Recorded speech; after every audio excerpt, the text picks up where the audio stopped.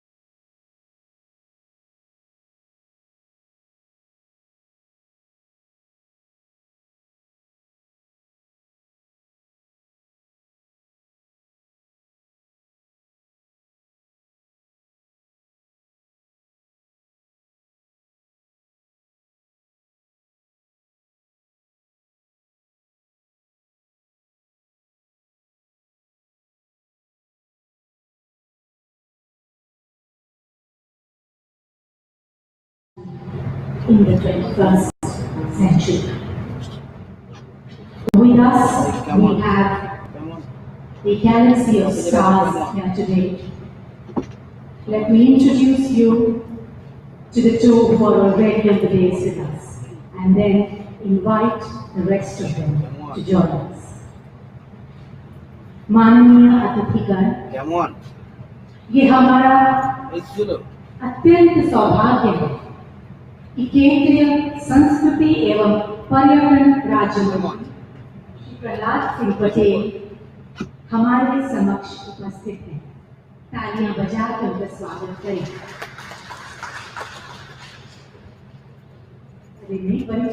This is the hospitality of Calcutta. With us, we also have on the dais the silent hand that has toiled towards organizing all of this. The Secretary in the Ministry of Culture, Shri Raghavendra.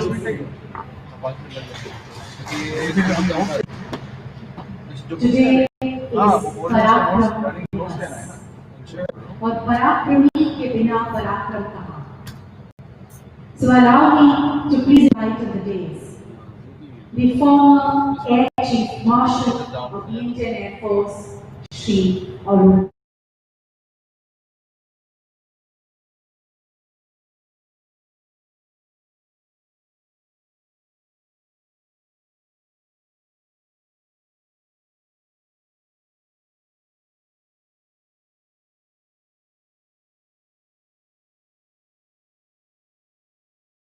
International conference and academic conference, and their recognition in our midst is our beloved Professor Puravi Roy of the Department of International Relations of Jadavpur University. Puravi, Manche Ashun. Ashun, Ashun.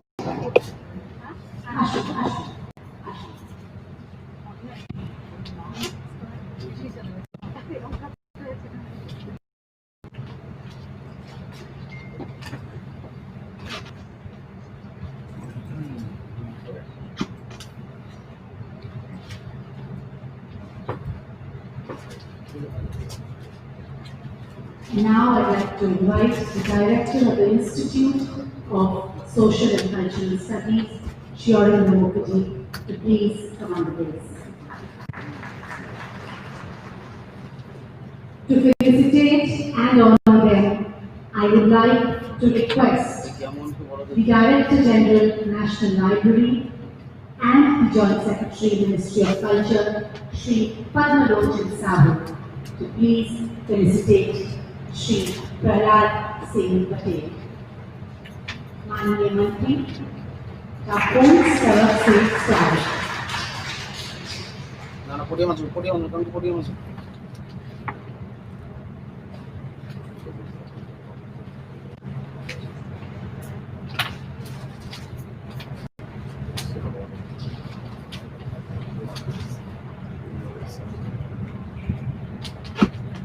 Mr. Sahu will now felicitate Shri Raghav Singh.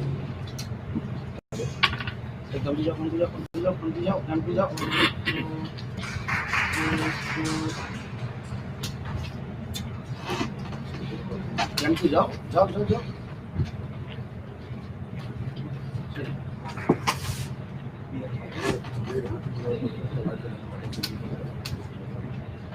एक और तो podium में Shri Arup Raj. कम जाओ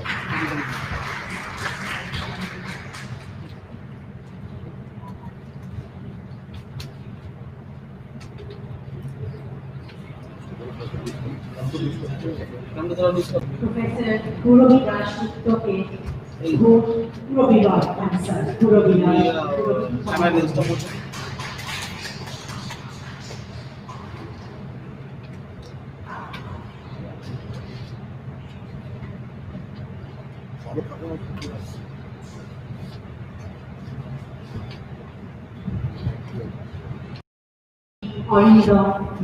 Ready, come to.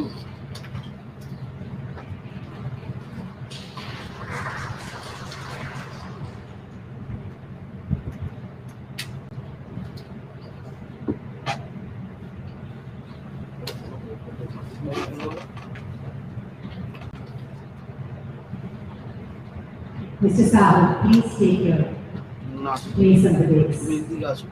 Thank you, Mr. Sahu. Ladies and gentlemen, to invoke the blessings of the universe on this conference, अब मंगल प्रदीप को प्रज्वलित कर आइए इस कॉन्फ्रेंस, इस अंतर्राष्ट्रीय सम्मेलन का उद्बोधन किया जाए। महोदय,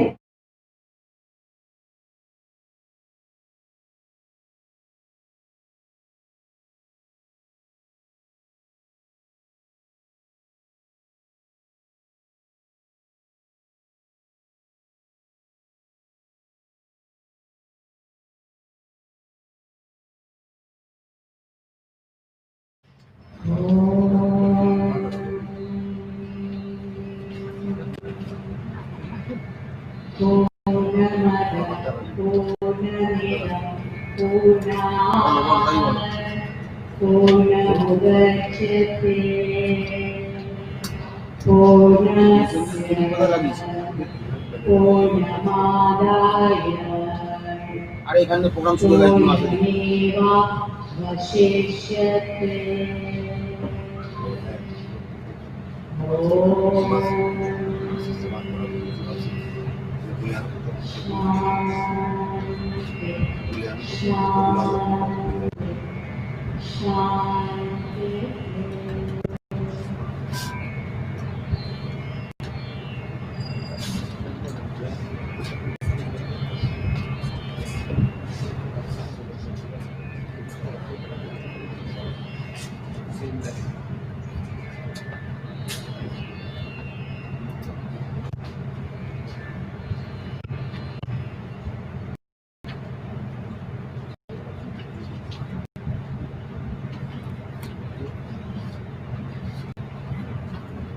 this is the totality, that is the totality.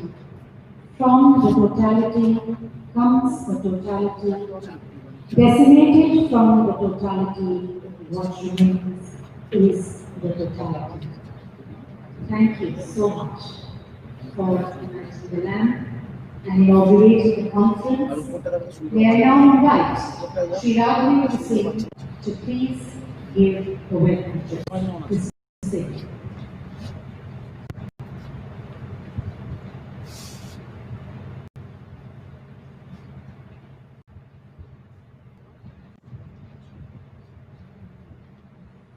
Honorable Minister of Tourism and Culture, Netaji Subhas, Air Chief Marshal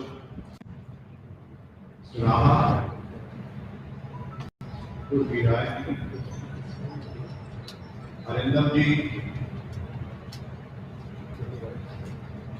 DG, P.L. Sahu, distinguished speakers who are present amongst today, and the distinguished participants who are here for the inaugural session. This international conference, which will deliberate through the day today on the legacy of Netaji, is being held on Parakram Divas. 23rd January, as you know, will be celebrated as Parakram Divas in honor of Netaji, whose 125th birth anniversary celebrations are commencing from today. What do I take away from the so-called what is known as the legacy of Netaji? I will only be able to tell you as to what I understand. Not many people really are mindful, they all know it, they are not mindful of the fact that Netaji's public life came to an end much before he was 50. And within that time, which he was there, active in public life, starting from the age of 25, he was either incarcerated in various jails of our country or outside of it. He was under house arrest if he was not incarcerated. He was under constant surveillance when he was not under arrest of any sort. And also, when he was none of these, he was exiled from it. So the British obviously perceived of Netaji as someone who was entirely different from the then present crop of leaders who were very prominent in Congress. He also chose to go consistently against the tide. It's so easy to flow with the tide. But when you read his life story, you find that he chose to consistently go against the tide. I mean, you have to be a man of certain mettle to choose that path and remain consistent with it. And he did that. And I find it immensely inspirational. I mean, in fact, I find so many traits of his which are so ideal, typical of our own revolutionaries. He took on the British and he was ready to pay any price for what he thought was, according to his courage and conviction, the right path. And that, ladies and gentlemen, is what we are here to deliberate on today. Why did he leave in 1941? The British would not allow him to function. His own party, Congress, all the prominent leaders had differed with him on the way to tackle British imperialism. They were not at one with him. He was under house arrest. He was under constant surveillance. I mean, imagine how frustrated that Karma Yogi would be feeling at that time in 1941 when he decided to step into something which was completely unknown. I mean, a faint-hearted or even an ordinary person would not even dream of doing this. What he actualized. He went out, he went through all the ordeal to reach Europe, and thereafter takes an arduous undersea journey to reach East Asia, and thereafter puts together an army which takes on the mightiest empire of that time. Had there not been some accidents in history, actually his dream, he would have actualized it himself. His dream got actualized, and in our historical narrative, post 97, we really don't find too much of mention, and that is what I would urge you to deliberate on today, ladies and gentlemen. That what he did in 1945 actually resulted in India getting independence in 1947. Today, our Prime Minister would be releasing a book which is a collection of his letters. The reason I mention it is that these letters are actually in the position of national identity. And that's where we came across it. The period in which it has been written is 1926 to 1938, and some of them are in Bengali.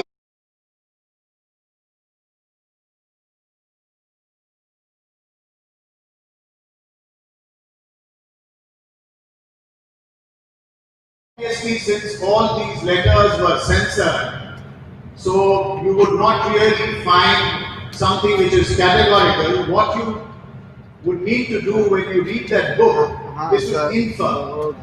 So what we done is, if the letters were in Bengali, we got them translated into English and Hindi, and if they were in English, into Bengali and Hindi. So ladies and gentlemen, all the best for this day-long deliberation. The Institute of Social and Cultural Studies, of which Arindam, who's sitting here, has also toiled hard to organize it. Our INA Netaji Trust, which is driven by Brigadier Chikara, he in no small measure has also contributed to what we are seeing today. And last but not the least, our DG National Library, along with his officers and staff, have made this international conference possible in a very short spell of time.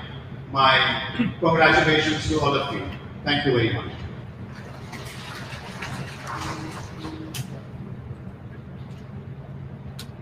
Thank you, Mr. Singh, for taking all of us through a journey, the very famous journey, life journey of Netaji Subhas. Ladies and gentlemen, it's now time to set the tone and the theme for today's conference. For the keynote address, I now invite Shri Arun Rao.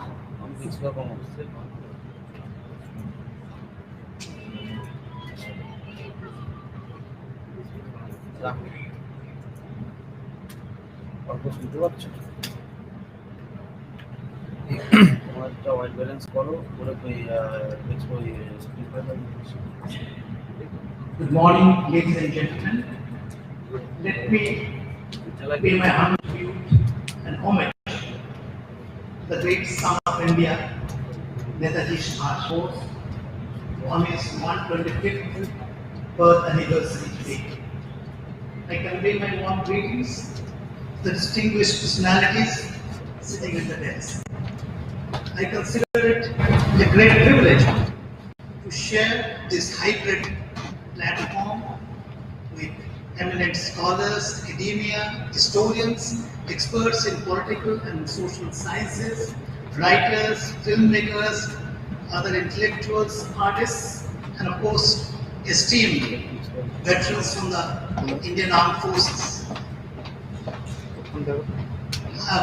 We have here people not only from India but across the world for this international conference, so appropriately named, Revisiting the Legacy of Netaji Subhas Bose in the 21st Century. Actually, the name of Netaji Subhas Bose strikes a deep and passionate chord in every Indian, arousing awe and inspiration. A fearless leader who sacrificed his life in the struggle for freedom of India. In my perception, and that of many other Indians, the most significant contribution in India's freedom struggle has been by Netaji Subhas Bose, and hence he remains at the center of national liberation discourse, and he remains in the national conscience all the time. He is the most versatile, dynamic, and passionate amongst the leaders who steered the freedom struggle to free India from British rule. The combination of a firebrand political leader of immense capacity and a military leader as the supreme commander of the Indian National Army, that is the Azad Hind Fauj, with outstanding organizing abilities, actually is very rare in history, especially in recent times. Netaji was uncompromising in his fight against the colonial rule. His resignation from the Indian Civil Services, the ICS, actually symbolizes his disdain for the perpetrators and exploiters of Indian people.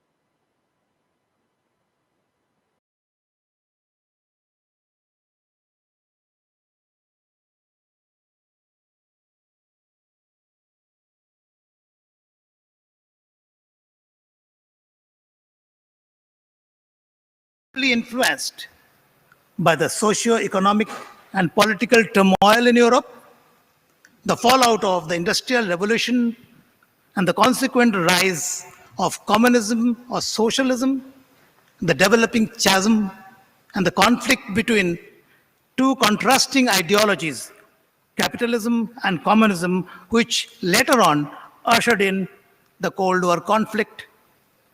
The fight amongst the colonial powers of Europe, manifesting itself into two world wars of long duration, and of course, the tide of yearnings of colonized people across the continents striving for freedom or independence from the oppressive and barbaric regimes. In other words, a rise of nationalism. Netaji determined his strategy for winning freedom through military struggle, essentially based on the world's political circumstances and security environment then prevailing, as I've just mentioned. We all know that World War II was fought mainly by the colonial powers of Europe, and later Japan and the US were drawn into this conflict because of various reasons. But India contributed immensely with millions of fighting personnel, labor, a war chest, food, raw materials, and resources to enhance the war waging capacity of the British Empire. The dilemma of the Indian leadership then was whether to go along with the oppressor or the exploiter of nearly 200 years, or make use of the opportunity to solicit the support of their opponents in an armed struggle to overthrow the foreign yoke. Netaji made his choice very clear. He had great clarity of mind and conscience, despite tremendous opposition from within his party and other political parties. His clarion call, "Give me your blood and I'll give you freedom," arouses nationalistic fervor and passion even today. His escape from the Elgin Road house arrest incognito from Kolkata, traveling across continents and seas during the wartime environment, and meeting top leadership in Germany, Italy, Japan, South Asian nations, and others, and finally mobilizing the Indian National Army, that is the Azad Hind Fauj, is legendary. It proved that he was a visionary leader with a mission, fearless and unflinching in his endeavor to achieve his life's mission, life's objective, that is freedom for India. His political mentors were Deshbandhu Chittaranjan Das in India and Raj Bihari Bose in Japan. Raj Bihari Bose, as you know, was the chief architect of Indian Independence League, IIL, and he was convinced that only a charismatic leader like Netaji Subhas Bose would be able to lead India in an armed struggle to achieve independence. He convinced Netaji to take over the reins of IIL, that is Indian Independence League, and subsequently, of course, Netaji went on to mobilize the INA further and became its supreme commander. Most of us associate Netaji mainly with the INA. And the enduring image of Netaji is that of a supreme commander in military regalia. I don't find any of such pictures in this library, unfortunately. He was a warrior, a political leader of India. But as a visionary leader, he displayed excellent administrative acumen by forming a government in exile and declaring war against the British Empire. The INA fought many battles in the eastern sector and entered Manipur to raise and hoist the national flag there. He established banks, created currencies towards normal administration of a free and sovereign state. He is also credited with creation of Balak and Balika Senas to orientate the young minds towards nationalism and service to the nation, amongst many other endeavors of his. In the ultimate analysis of the life of Netaji Subhas Bose, we feel that history did not favor Netaji to achieve his life's mission, while in his presence, but later on in his absence, he had instilled fear in the British leadership through the extraordinary morale and fighting spirit of the INA, which was contagious and seeped into the Indian armed forces to rebel against the foreign rule, thus expediting the liberation of India at the end of World War II. The mysterious disappearance of Netaji Subhas Bose remains an enigma to all Indians.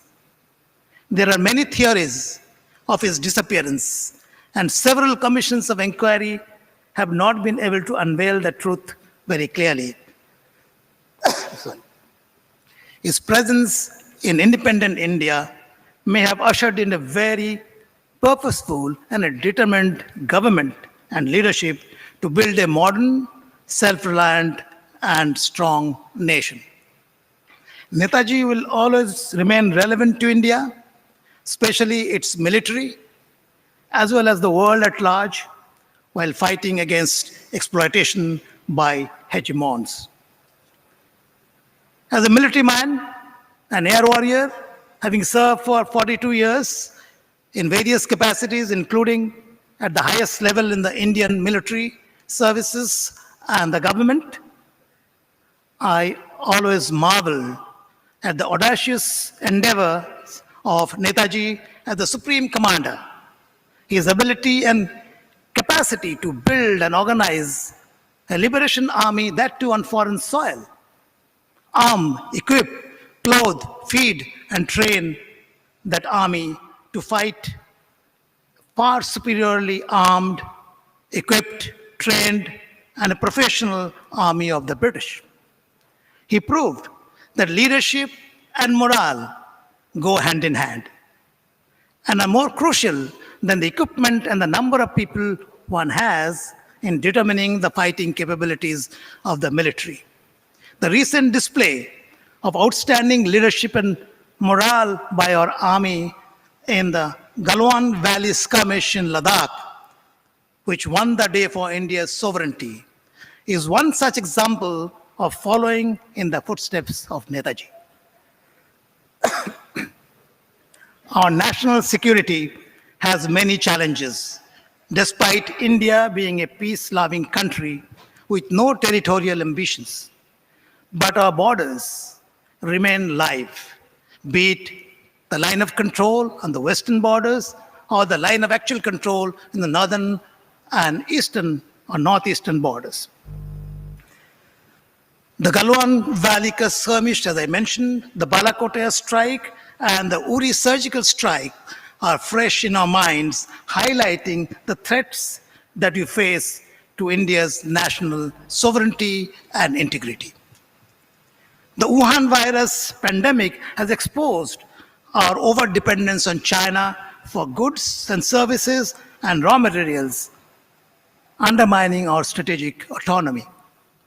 As remedial measures to confront the challenges that India faces today, we need to take a leaf out of the life and endeavors of Netaji Subhas Bose.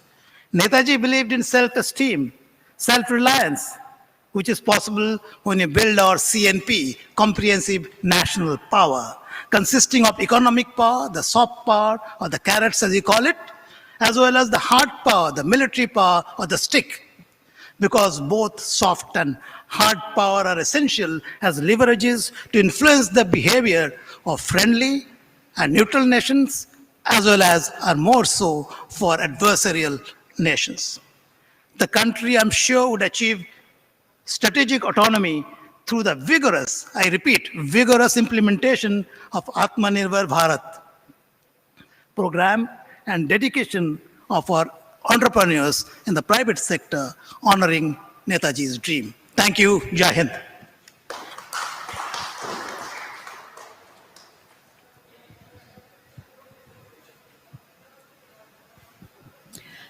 Thank you, sir. Thank you for that all-encompassing narration of Netaji's life. Thank you very much. It's time now for the inaugural address. আমরা সকলেই খুব ব্যাকুল হয়ে আপনার বক্তব্য শোনার জন্য আছি এখানে। May I now invite Professor Purobi Roy. Purobidi.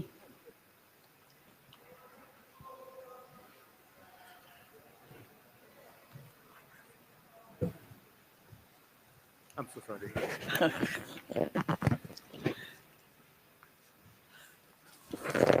ঠিক আছে না? হ্যালো, সুপ্রভাত, নমস্কার, and good morning to everybody. Our Honorable Minister, Sri Patel ji, respected Raghavendra ji, respected Sri Arup Shaha, and respected our National Library's DG P.L. Sahu, and my affectionate Orindom. distinguished guests, eminent academics, scholars, Netaji followers, lovers, and all of you are present today in this August gathering. Today is the 125th birth anniversary of our beloved leader, the international icon, Subhas Chandra Bose. Now, the day is named in a very new manner. It's a Parakram Divas. Parakram, when it is used as a noun, it indicates Vishnu, Narayan, Sri Ram, Shakti, Bal, Bikram, Purashakar. And when it is used as an adjective, it becomes prowess, heroism, and honor. So today our central government has given this both the connotations to salute our leader, giving the name the Divas as a Parakram Divas. Now, in this context, I don't want to go for the controversy, but after the announcement, there were too many controversies are going on, and too many medias are shouting at me, and I had to explain with the connotation which I got from the linguistic point of view, as well as from the logistic point of view. And, this will go on. Controversy, we won't be able to stop it. It is the natural character of the human reasoning. But the same thing happens with the academic world also. The academics, who are supposed to give us some guidelines to lead from our childhood till we bring our career.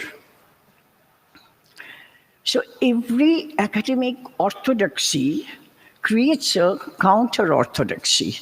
This is the nature, this is the history.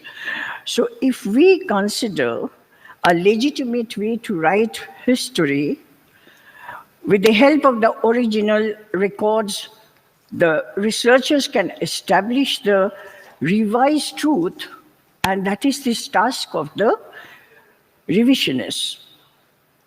No, it is happening all the time, bringing the new interpretation, trying to unearth the mystery, and evaluate the desired facts. It's a very problematic thing. Up till now, the role of our certain leaders on India's independence struggle has been written in neglected and erased manner. The role and activities of Netaji Subhas Chandra Bose, which was so long kept at low profile through suppression and hiding of many documents, destruction of component archive materials, public misgivings, misinterpretation of the activities and speeches, and misgiving of the image today, we need the total valuation. Once I started doing research on it, I find that in every step you will find that there is so much of wrong interpretation. There is so much of omission and commission about him. What he has never said been added. So that was the injustice made by our academicians. I'm very sorry to say, but that feeling made people to interpret, and so many things came into our way. Anyway, the present government has given a chance to declassify many files, of course, but again, yet to be declassified. There are still many important files are lying in England.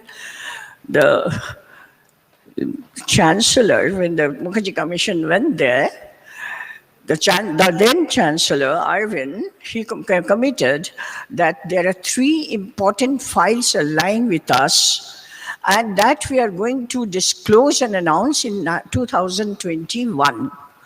So we will be expecting from our government that at least we have to knock the door there. Apart from that, there are many files still we have to chase. Anyway, that is our duty also as an academic. Let me start with a Subhash little. Subhash was barely 15 when Swami Vivekananda entered his life. For the first 2 years of college life, he was greatly under the influence of the new Vivekananda group. This new Vivekananda group was the synthesis between religion and nationalism. They were spreading it in Presidency College and other places, this new Vivekanandan ideas or the group. The philosophy of life of Swamiji became the inner philosophy of Subhash Chandra and undertook of salvation of the motherland from the alien slavery which Vivekananda had no time to take up. He took it up, actually, the Renaissance. The Bengal Renaissance started with Subhash. Subhash is the son of Bengal Renaissance. And then the mid-ages, Subhash was transformed from neo-Vivekanandian spiritualist to a radical patriot, opted for the 20th century political renaissance. Being the son of Indian Bengal Renaissance, he became the patriot of political renaissance of Bengal. Subhash Chandra was a fame in the Indian national movement for liberation, was a good organizer, visionary. His dynamism consisted of unifying all sections of people, educating the masses with the revolutionary spirit, ability to fight and winning over at the end. He believed the concept of nationalism, a concept consisting of secularism, which was far above the religious dogmatism, optimistic popularism, and easy riding of opportunism. In mid-30s, freedom movement was facing an ideological quest more than the thrust of nationalism. Marxism, communism was on the way making wider appeal on the minds of the youth. And that the choice before the world today is between some form of fascism and some form of communism. In his Indian struggle, he is mentioning, he wrote that cardinal point in communism, a theory will not find unqualified acceptance in India. In his Tokyo speech in the Tokyo University, when he gave that speech later, he is writing that it would be foolish for anyone to say that any system represents the last stage of human progress. About the political vision, he said it will be the task of Indian to evolve a system that would be a synthesis of systems in vogue in difficult parts of the world. And that process, India will to move to the next stage of political and social evolution. His dream was not just to drive out the British from our country. He wanted to free India to remove poverty, illiteracy, disease, inequality among men and women, communal and linguistic inflicts and disparities in order to build up an equal society, to make us feel proud as a nation. And his final stage of life, he was a soldier, he was a fighter, and for his approach of aimed revolution, Netaji took the command of Indian National Army, Azad Hind Fauj, and he put two tasks before the revolutionary armed forces, the Indian National Army, which were brought from the British Indian Army, who originally was the British Indian Army, that we must build up our national defense on such a way, an unshakable foundation, that never again in our country's history shall we lose our freedom.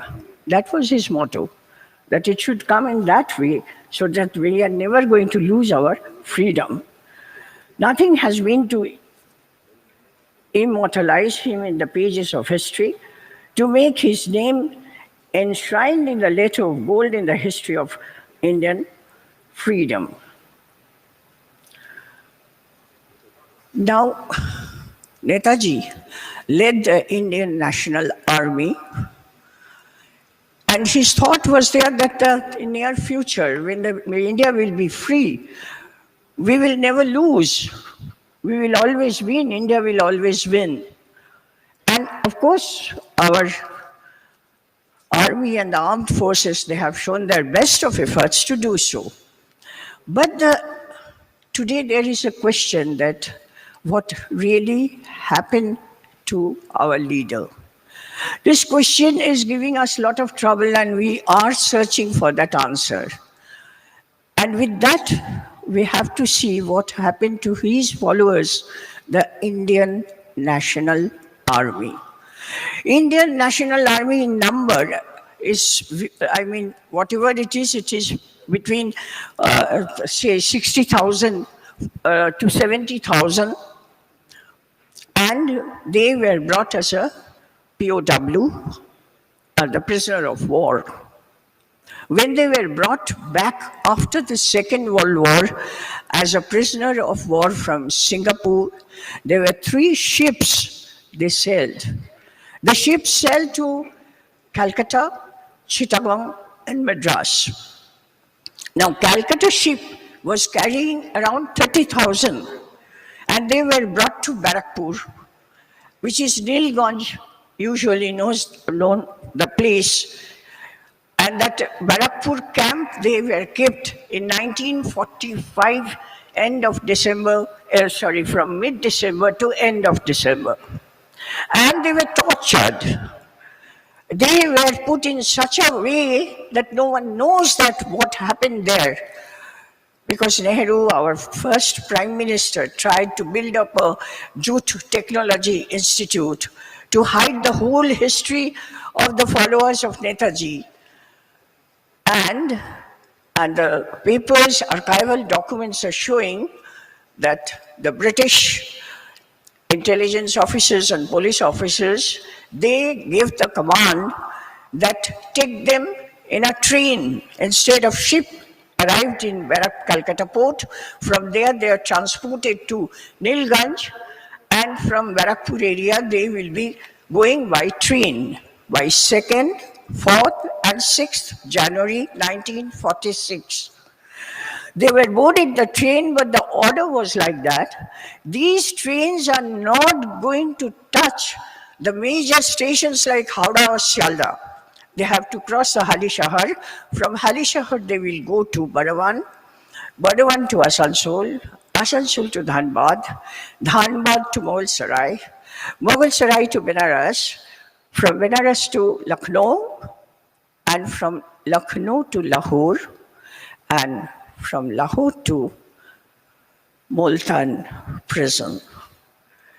So in 1946, somewhere in end of January or somewhere that, I haven't got the paper. But these papers are showing that they left Nilganj area 2nd, 4th, and 6th January of 1946. And they were brought up to the Multan jail. We never tried to find out their future. We never tried to find out their identification. Their leader is missing. We are trying to find out what really happened to him, but what really happened to our soldiers who dedicated, who followed, and who became the real soldier to fight for us. We don't know their history. We don't know anything. Before the minister, I'm sorry to say, Honorable Minister, I tried twice to visit Pakistan. No, I have been turned out. They said no, and then I made it out that they are not going to allow me. But through the academic world, this much I have got, that practically 25,000 were shot dead in the Multan jail. There's a saying in Pakistan government that they have participated in this army. They have given the post in the army. That is not true. That is not true. They were all been vanished from this world. So today, where do we stand? That we are looking for our leader, what really happened to him. But I think it's a time for us that we must also request the Pakistan government, whatever has happened, happened, but give us the list. I've got some list, definitely. But even then, we need the detailed account of those people who have given their lives there. So this is the thing that Netaji's life in the pages of history, if he can make his dream come true. He said, they call me a dreamer. I confess I'm a dreamer. I have been dreamer of dreamers, but the dream of all my dreams, the dearest dream of my life has been the dream of freedom of India. Now, how we got the freedom? How we got the freedom?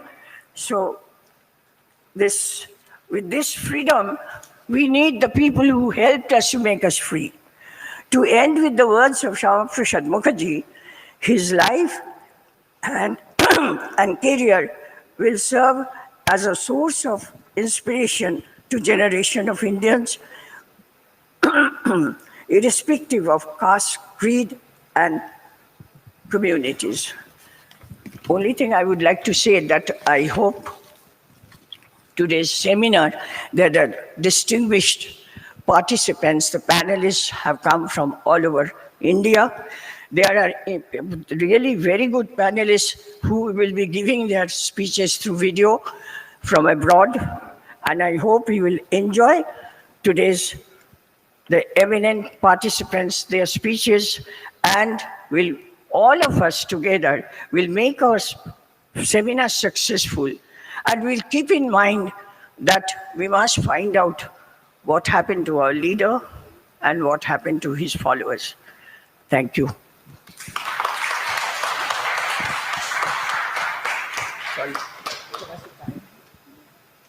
Anek dhonyabad Purobidi for giving us those finer details which are often not there in the public domain. Thank you very much, Purobidi. I now request our most distinguished speaker of the day, Mananiya Kendriya Paryatan Evam Sanskriti Rajya Mantri, Shri Prahlad Singh Patel, to address us. Thank you.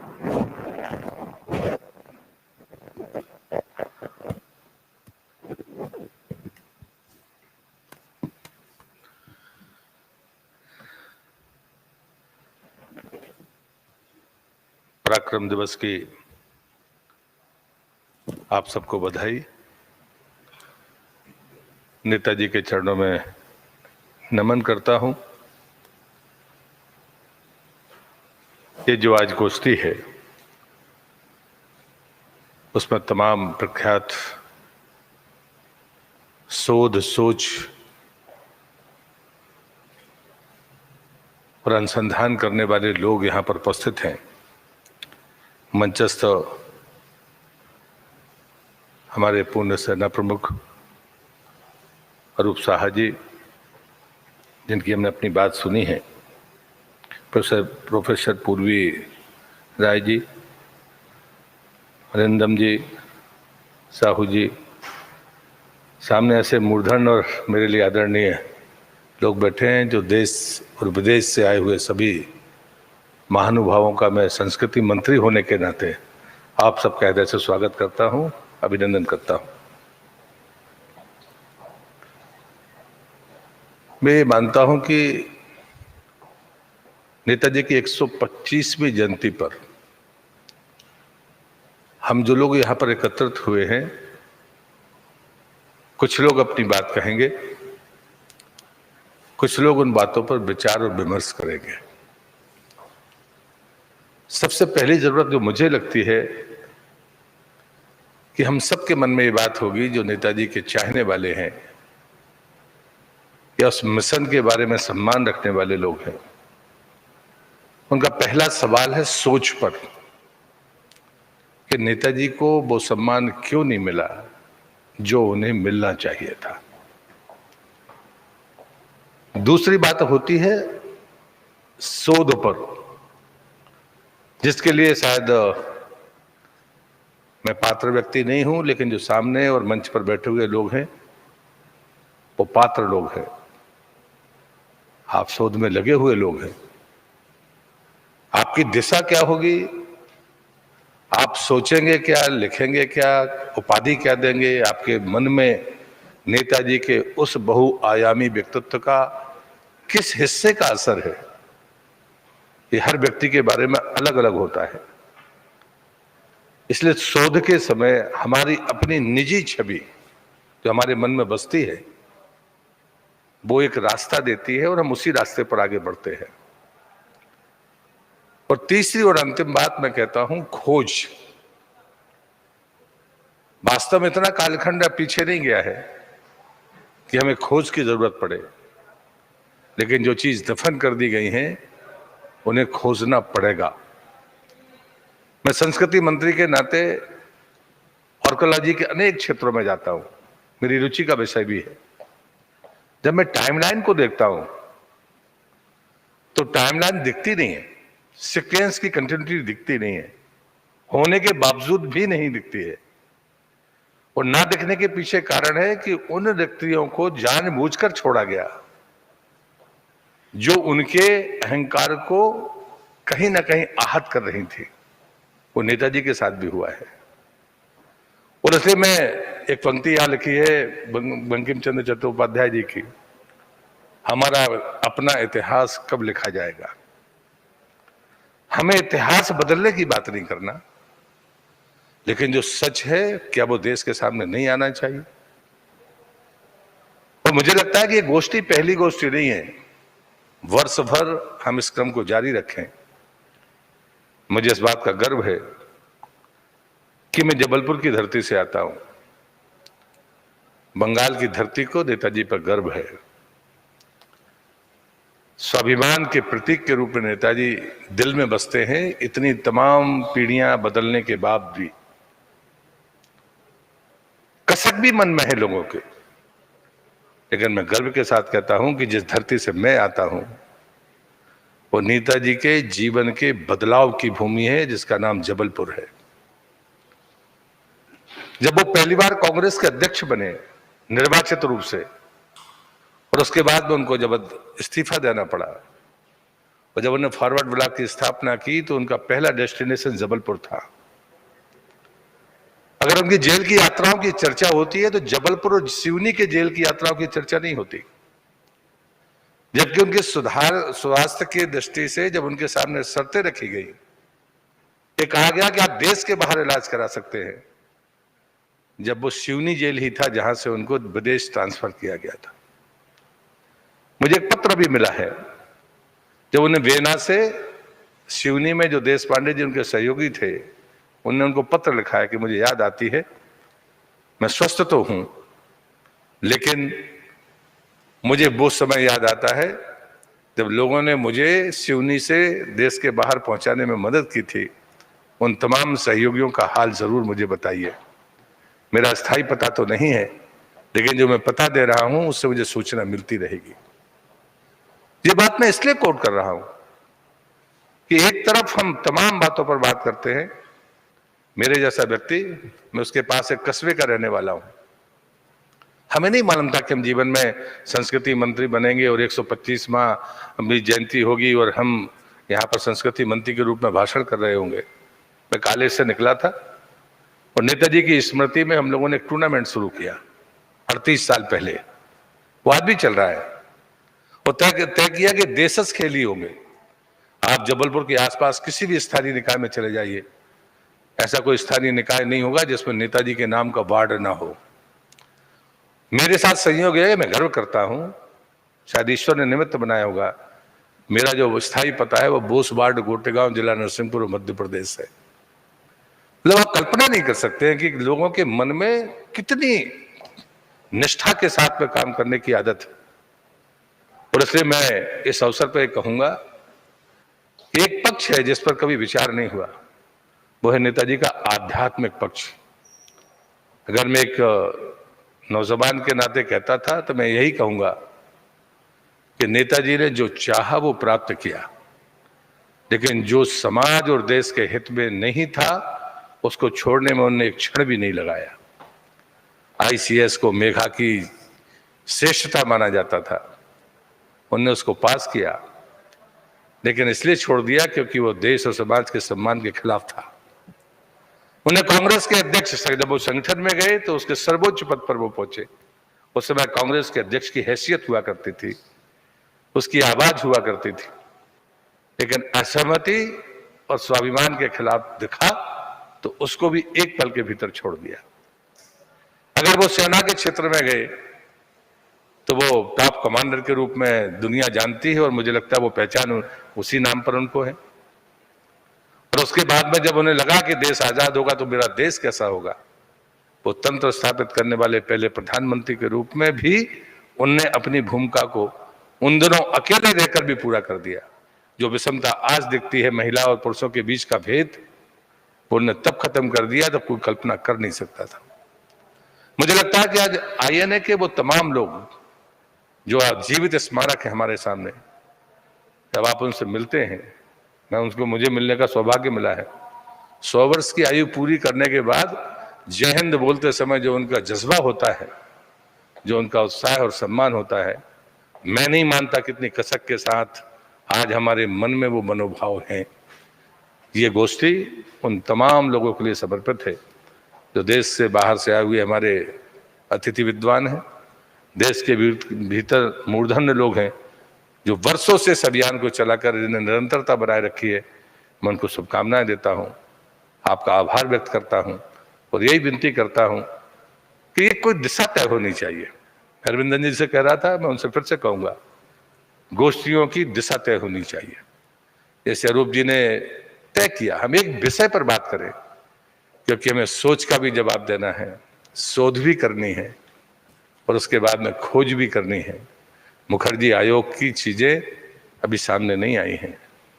रक्षा मंत्रालय के पास वो दस्तावेज है, जब अंग्रेज देश छोड़कर जा रहे थे तो उन्होंने अपनी राय व्यक्त की है कि हम क्यों छोड़कर जा रहे हैं।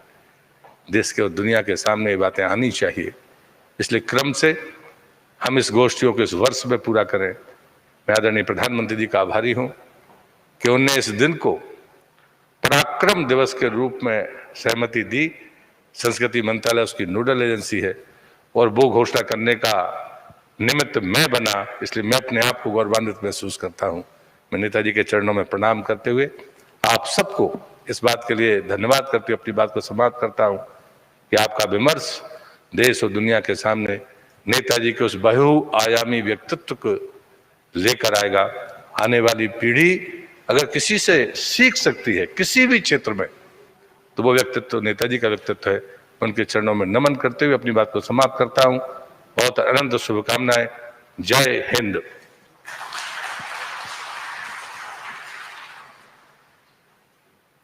बहुत बहुत आभार आपका मंत्री महोदय। आपने नेताजी के उन पहलुओं पर रोशनी डाली जो बिल्कुल भी अंधकार में रह गए हैं। नेताजी का आध्यात्मिक रूप, नेताजी का जबलपुर से इतना गूढ़ संबंध एवं हमारे देश का अनलिखा इतिहास। बहुत बहुत धन्यवाद आपका।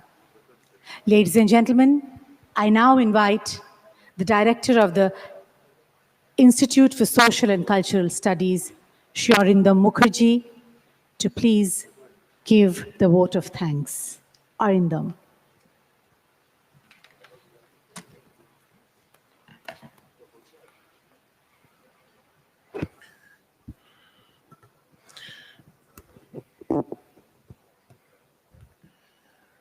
Namaskar, Shubprabhat. A very good morning to all. On behalf of Ministry of Culture, Netaji Subhas INA Trust, Institute of Social and Cultural Studies, ISCS India, and National Library, Kolkata.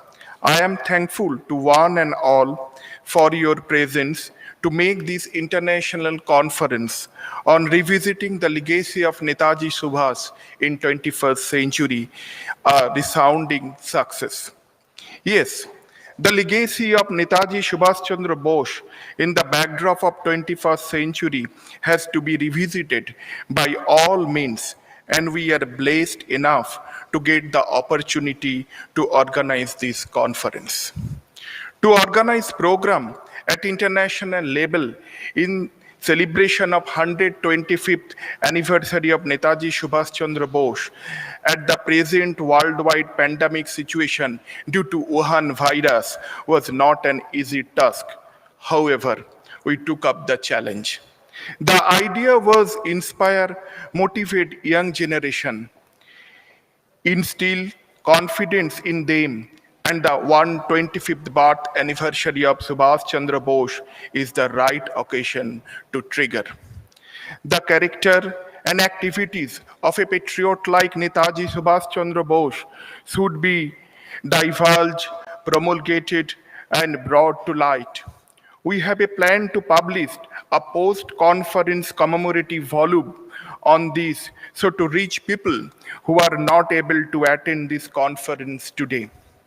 We are indebted to Dr. Purobi Ray for her valuable contribution and guide.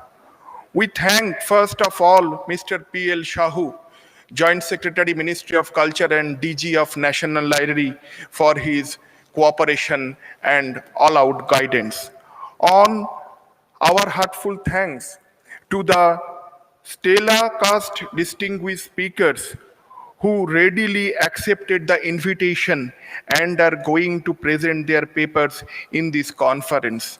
Our thanks to them also who have sent their video recordings from abroad to share their views and some unknown facts.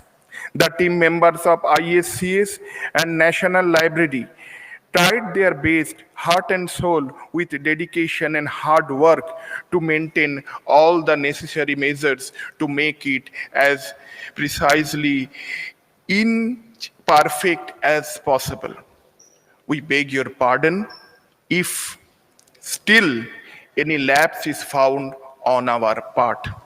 We would like to thank Sri Raghavendra Singh, Secretary of Ministry of Culture, for his encouragement. We deem it a great honor that we have with us our Honorable Minister of Culture, Sri Prahlad Singh Patel, in the inaugural session today. Our heartfelt thanks to him for his support. Lastly, we express our gratitude to the Honorable Prime Minister of Government of India who has confirmed his presence on this occasion. His presence will surely give an impetus to carry forward the ideals of Netaji Subhas. With this hope, I conclude. Thank you all once again. Jai Hind.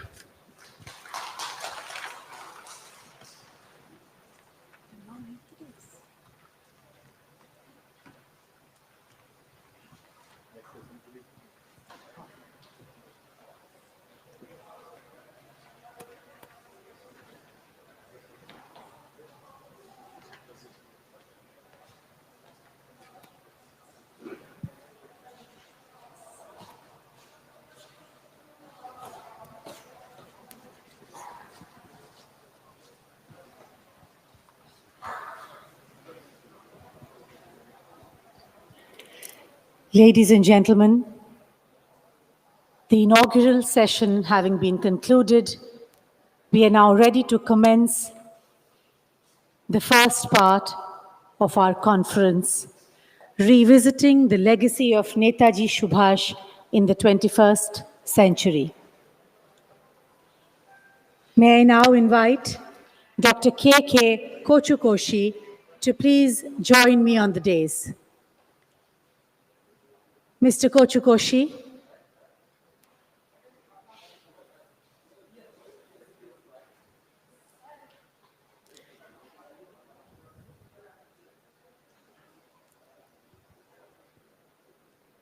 Please bear with us.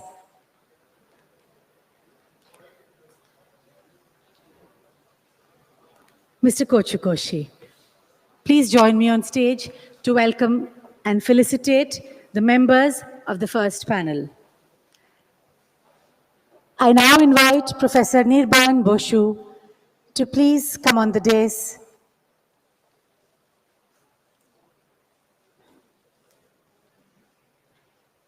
Sir, please. Professor Boshu is the Acting Dean of the Faculty of Arts, Calcutta University, and is also on the Executive Committee of the Institute of Historical Studies. Felicitate him, please.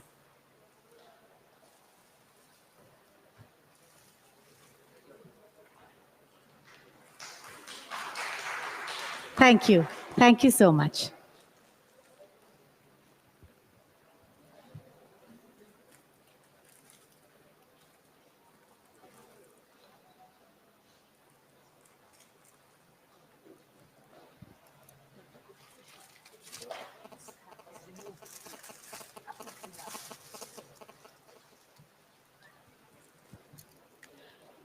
Also on this panel and joining us virtually from Myanmar but presently stationed in Malaysia will be Dr. Hin Zaw. He is a medical doctor, an educationist, and has been conferred the National Literary Award of Myanmar. I now invite Professor N. Lokendra Singh onto the dais, please. Professor Lokendra Singh.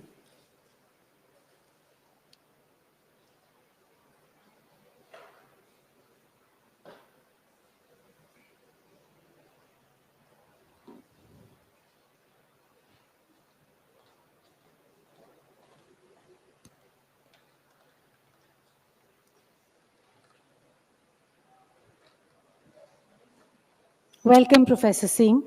He is currently the head of the Department of History at Manipur University. Dr. Kochukoshi.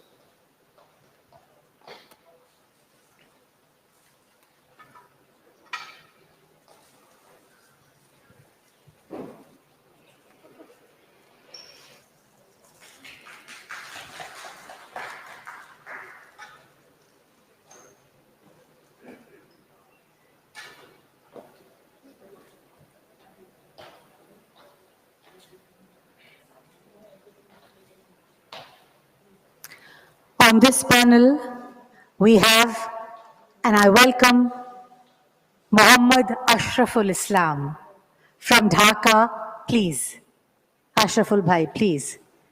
From Dhaka, he has established the International Center for Netaji Subhas Ideology in Dhaka. Ashraful Bhai is also the editor-in-chief of Bahumatrik.com.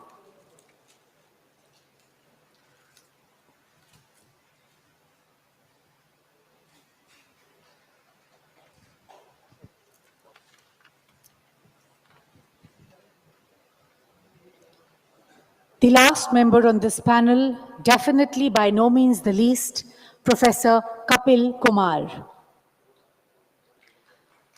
Professor Kumar is a member of the National Committee for Netaji's quasi-quincentennial celebrations.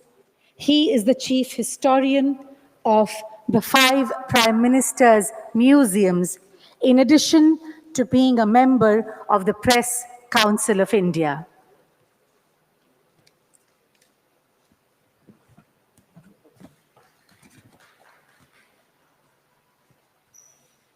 The panel is now complete, sir. You're most welcome to start the deliberations.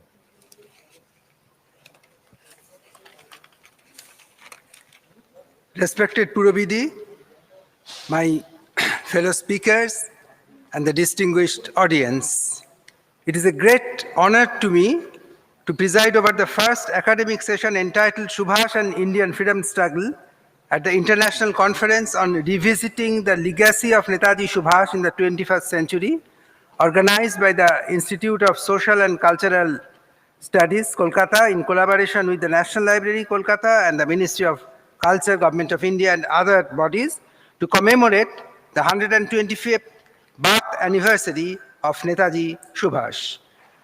In the present session, we have 4 distinguished speakers who will make their valuable contributions. The time is very limited.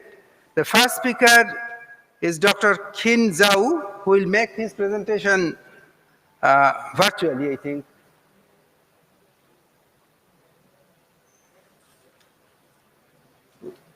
Will you? The first speaker? Huh. Achha. Would you like me to start now? Ah, okay. And we bring on the address of Dr. Khin Zhao, please, on our screens. একটু শুরু করবেন ওনাদের virtual ওনার প্রেজেন্টেশনটা একটু। Honorable guests, ladies and gentlemen, I am Khin Zhao. My warmest greetings and regards from Myanmar.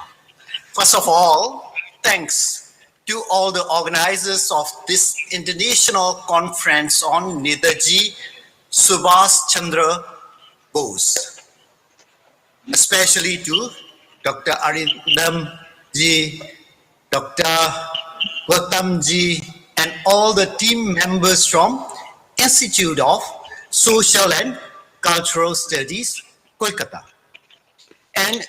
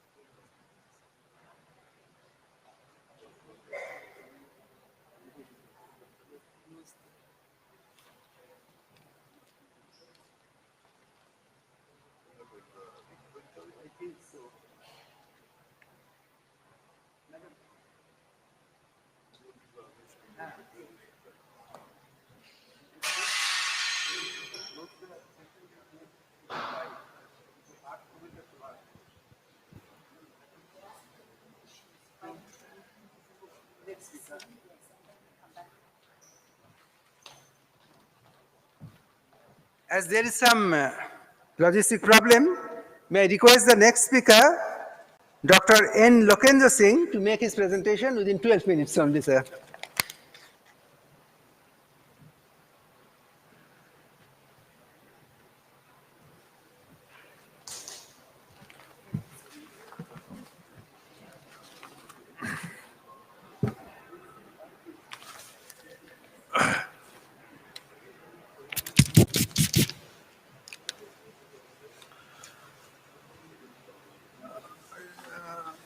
Yes, Mr. Chairman, learned delegates,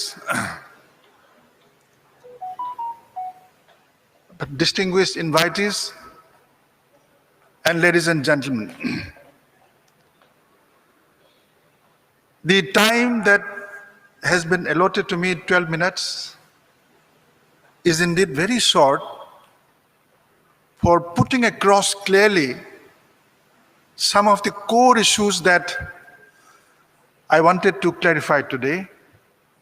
But nonetheless,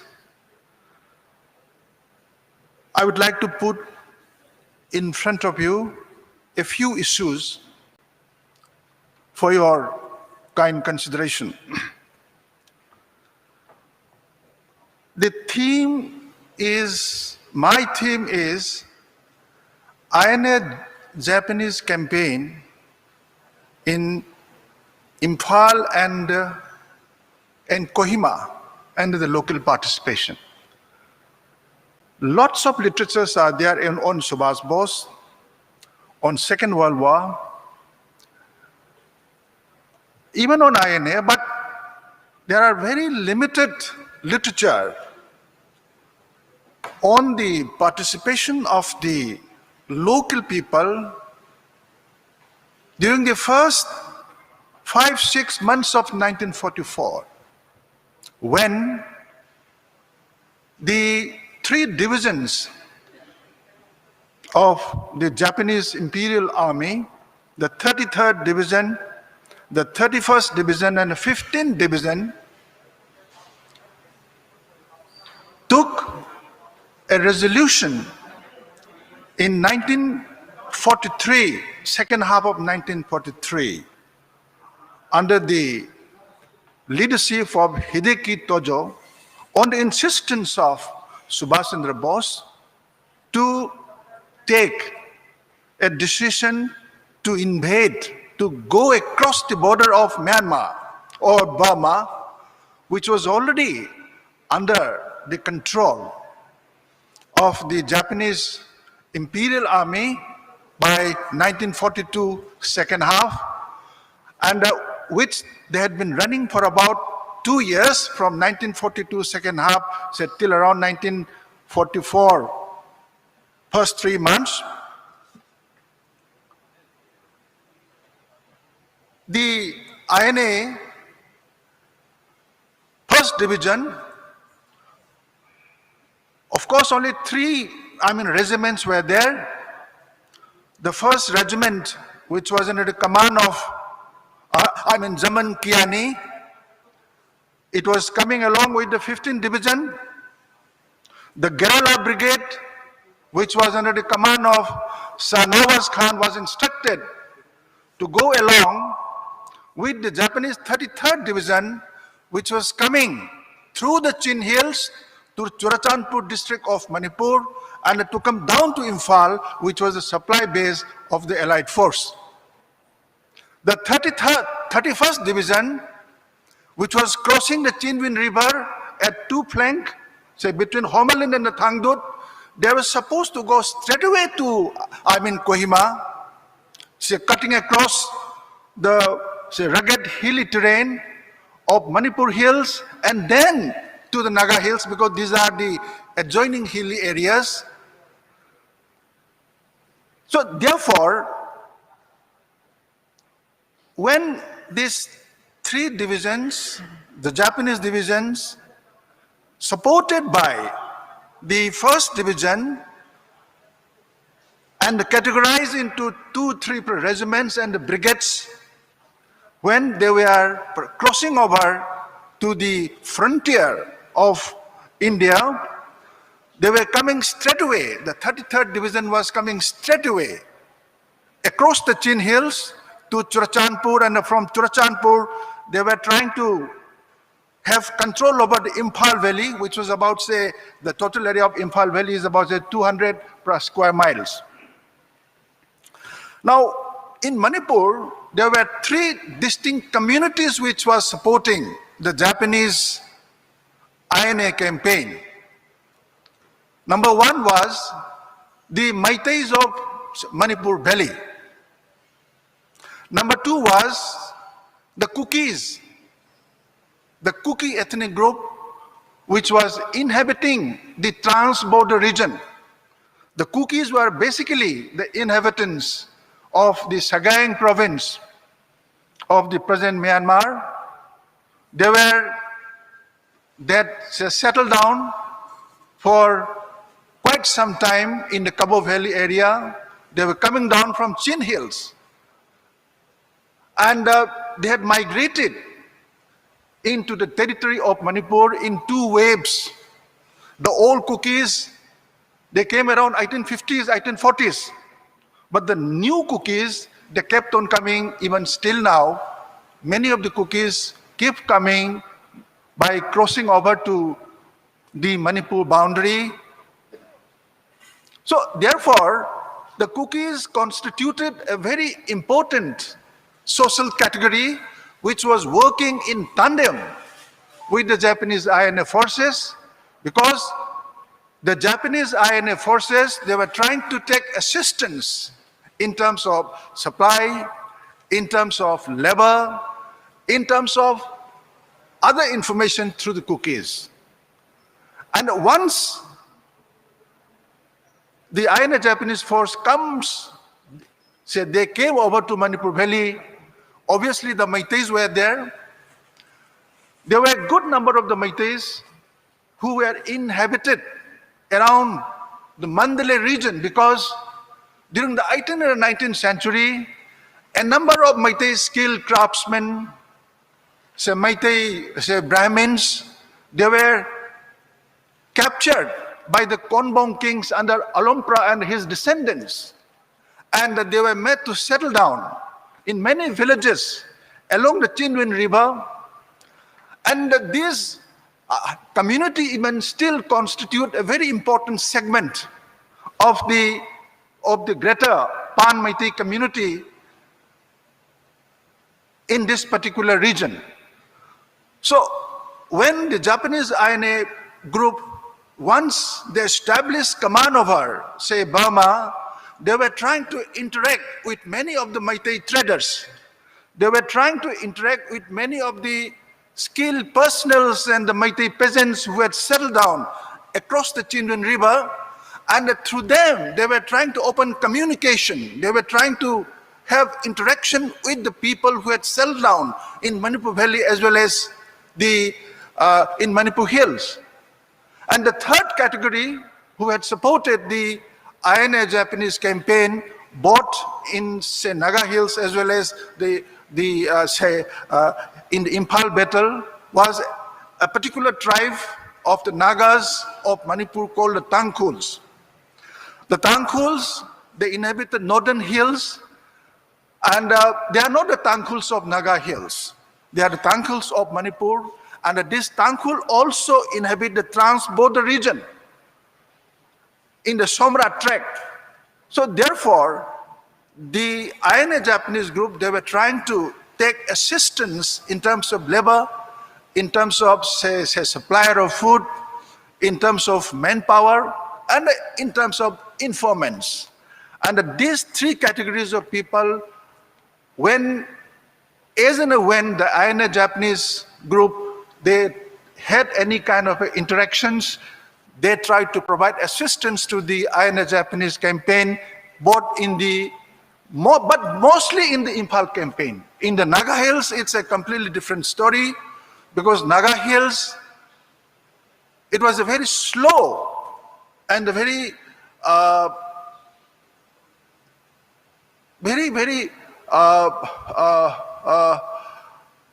slow and a very intelligent process of colonization through the missionaries. The missionaries were extremely active in Naga Hills, and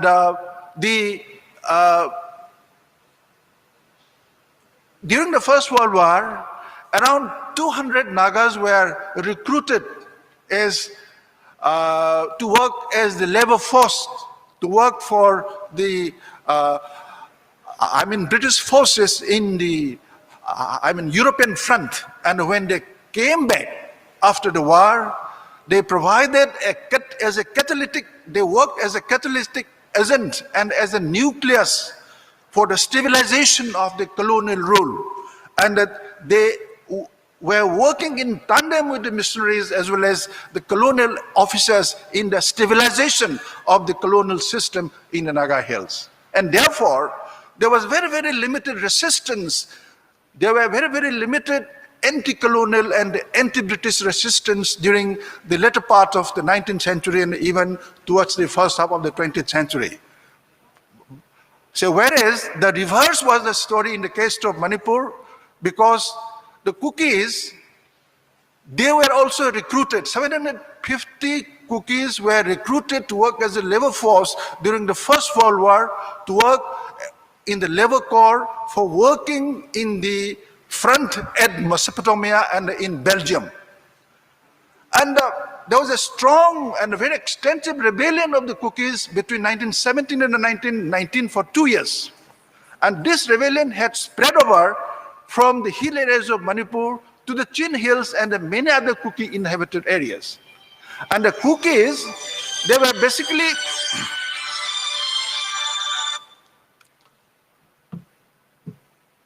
chieftainship system was there, and once the Kuki chief had taken a decision, obviously that was supposed to have been followed by most of the Kuki masses, which was under the control of that chief. Therefore, in the archival sources, we have come across that one Tongkhothang, who was the son of Pache, but Pache was a leader, a very important leader of the Kuki rebellion of the 1917-1919. He had come, he was trying to interact with the Japanese authority. He was asking for military assistance, and he was asking for 400 guns from the Japanese forces so that he and his allies and his friends and his supporters could raise some kind of a revolt against the British rule. Of course, it did not materialize, but then the Kukis, on the whole, they were trying to give whatever support and whatever assistance that they could give to the INA Japanese forces. The Meiteis again, because Manipur is a very, very ancient kingdom, but Manipur was defeated in the Battle of Anglo-Manipur War in 1891 by the Britishers. And after the defeat of Manipur in the Anglo-Manipur War of 1891, the ancient kingdom was relegated to the status of a princely state with 11 gun salute. And the local Raja became a subordinate ruler. But nevertheless, the local Raja, along with the political agent and other British officers, they were working in tandem for transformation, for restructurization of the society in the way that the British officers and the colonial rulers were interested in. And it was in this process that since 1920s, there have been consistent and there has been continuous resistance from the Manipuri people against the exploitative economic and other social policies which was being perpetrated by the local Raja in collusion with the British political agent. And therefore, in 1939, the Manipuri women had started a movement, sustained movement for about 1.5 years called the Nupilan, and it was against the commercialization of rice, and this local rice was used to be exported, and it was used to serve the allied forces, and it was used to serve the military garrison across the northeastern region. And because of the constant and the continuous supply of rice, there was scarcity of rice, and a famine-like situation was coming. And it was because of that, there was a popular agitation against the local Raja as well as the political agent. And this kind of a situation was taken advantage by the Manipuri middle class, who had formed an association called Nikhil Manipuri Mahasabha, and subsequently another association called Praja Sanmilani was formed. And it is this social base, it is this two organizations that the Manipuri Mahasabha and the members of the Praja Sanmilani, who had provided the necessary objective social base in order to support the INA Japanese forces in Manipur Valley.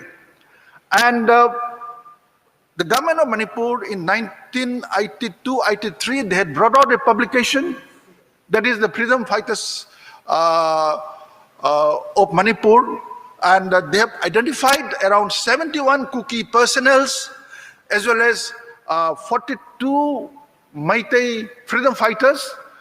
The brief biodata of all these around 120-30 participants had been very systematically and very well collected, and it had been published. And these informations had been corroborated by the archival sources, whatever archival sources, and it is this particular social base which provided the social base of support to the INA Japanese forces. Well, the time is so constant, but 2-3 things that I would like to say. There's a myth that Subhas had visited Manipur and Naga Hills. This is a myth. Subhas reached Rangoon in the later part of 1943. He came up to Memio, which is very close to say, Mandalay, and the Mandalay is again very close to the Indian border. But by the time when the INA Japanese force retreated in July 1944, Subhas also left Burma and he went to other countries in Southeast Asia. It's number one. And number two, so far as the local support in the Naga Hills is concerned, it's very different because the V Force was very active. Ursula Graham Bauer, a lady anthropologist, was extensively touring the Naga inhabited areas. She was canvassing for the Allied support. The V Force, which was led by Bob Kathing of Manipur, was extremely active. And except for the Tangkhuls among the Nagas, there are practically no sources to substantiate the argument that maybe more information would be coming, more evidence will be coming, because history is an unending dialogue between historians and the past. But till that, the evidences are so little, and it's very difficult to argue for a historian about the extensive social base in the Naga Hills. But the Tangkhuls of Manipur, who also inhabit some areas, not much of say Naga Hills, cookies of Naga Hills, because they had this kind of tribal, solidarity. And of course, Pizzo himself was a supporter of the INA force, the founder of the NNC, and who was one of the important leaders of the NNC, because Pizzo was working that time, he was working in a British company, say in Myanmar, and he came back during the war in order to canvass support for the INA Japanese forces. But because of the inappropriate objective situations that time, he was also not very effective. And therefore, this fascinating story of the local people's support in the INA Japanese campaign in Imphal and Kohima is a little unexplored, unstudied. This has not been integrated. Once Professor Sugata Bose came, I told him that, Professor, in your book, you have not mentioned anything about this, local support, except that the hoisting of the national flag at Moirang. But most of the hoisting of the national flag at Moirang by, say, Shaukat Ali, Malik, it was essentially because of the local support. It was because the support which was given by the former members of the Mahasabha and the Praja Sammilani, and that so Mahasabha and the Praja Sammilani, they provided the necessary social base in order to make the INA and other Japanese forces to survive, to contest, to fight against the powerful and mighty allied forces in the Imphal Valley. And of course, Imphal was almost captured except for a radius of about, say 10 kilometers from all directions, and even Naga Hills. And it was because of the support that the local people provided, that Shaukat Ali Malik was able to work from say Moirang for about 2.5 months. And therefore, Moirang should be considered by the learned delegates as a place where the provisional government of Subhas Bose was able to operate in Indian soil at least for about 2 to 2.5 months' time. It's a very fitting tribute given by the government of India that INA Museum is located at Moirang. Much remains to be said and discussed, but unfortunately, because of the constraint of time, this is briefly that I would just like to say for the moment, and in a future occasion, I'd like to speak more on this. Thank you very much. Sir, can you give them one line of the cookie song? The famous cookie song was there, which was "Liberation will come from the east," which they welcomed the Japanese and the INA over there. There is actually a saying in the Kuki inhabited areas and the Manipuri inhabited areas that the eastern gate will be open. So when the Japanese came, they said that they represent that eastern, power. When the Japanese came, they distributed extensive, numbers, amount of Indian national flag, INA bands, and they also claim that they are the descendants of Songtu, because Songtu was supposed to be the originator of the cookies. So the Japanese claim that they have their origin from the Songtu. So similarly, when they came among the Meiteis, almost the same kind of a story is being, replicated. And the first person who had brought the message of INA is from the Chamal camp of INA, which was under the control of, Muhammad Jaman Khan, who was the commander of the 1st Division at Chamal, that is on the way from Tamu to Imphal, And the letter which was written by Subhas Bose was given over to a cookie called Lungdim. Then this Lungdim came and they gave this letter to Dr. Gulab Chow, and it was through Dr. Gulab Chow that the copies were made, multiple copies were made. It was spread over to the members of the Mahasabha who were already active in the anti-colonial and the anti-local Rajas movement, and they took the movement under their command, and they were trying to provide whatever assistance that was possible when the 33rd Division reached Moirang. And that is the story. Thank you very much.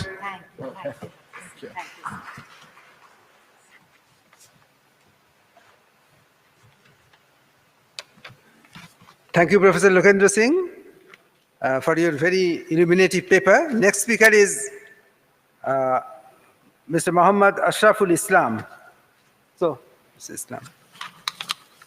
The time is really very short.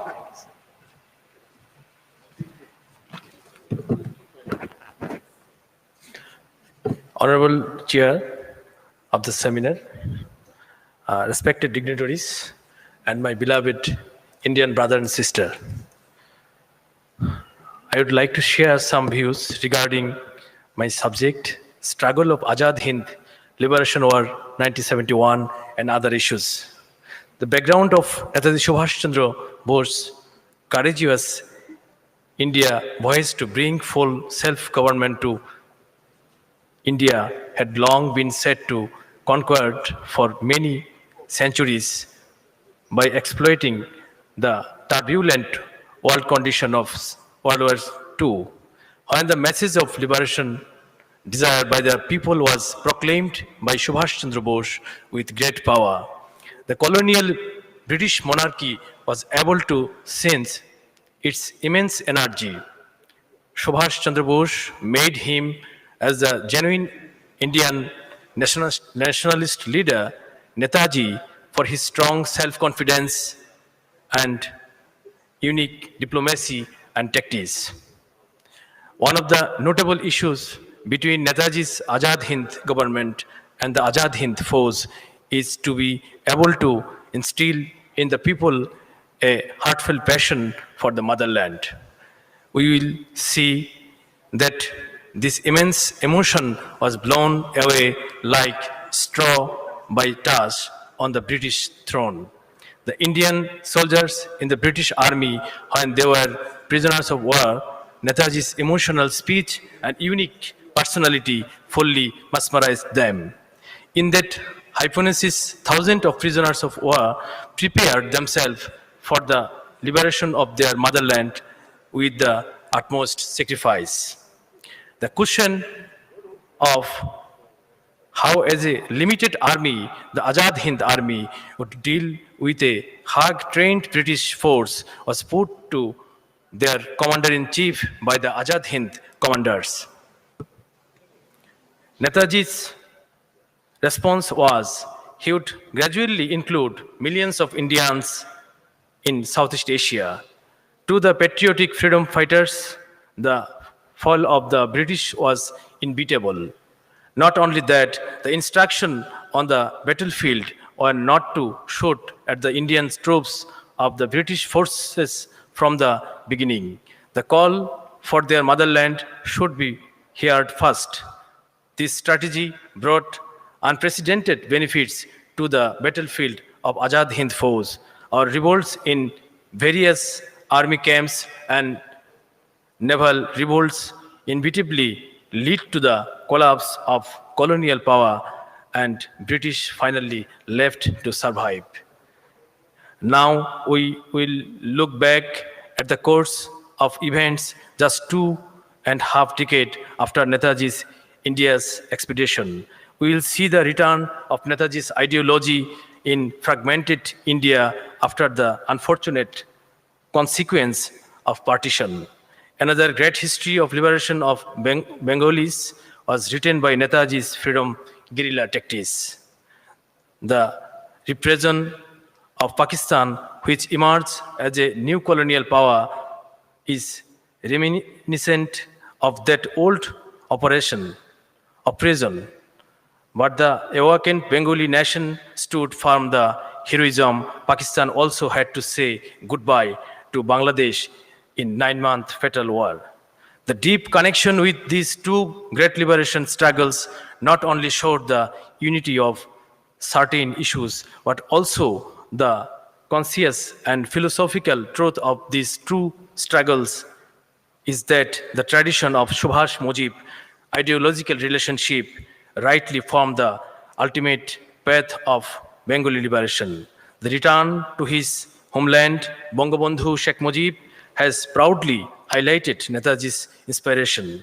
But it is unfortunate that with the barbaric assassination of Bangabandhu, Netaji's practice and ideological path came to a standstill in independent Bangladesh. And it is needless to say, however, the history of that nation shines in the glory of self-sacrifice, although overdue, his return is unlikely. In recent years, Netaji's versatile practices in Bangladesh, especially in the capital of Dhaka, outer surface of present-day India, has given rise to new hopes. That optimism is about to symbolize the 1,000-year-old esteemed aspiration of the original and legitimate India. At this time, whole India, particularly undivided Bengal, was under the fire of revolutionary activities. Khudiram Bose was hanged, and his sacrifice encouraged the revolutionaries of India. Famous folk song on Khudiram's Ekbar Biday Dema Gure Ashi. Young aged Subhas and his friends were deeply motivated in this song. I skip some lines.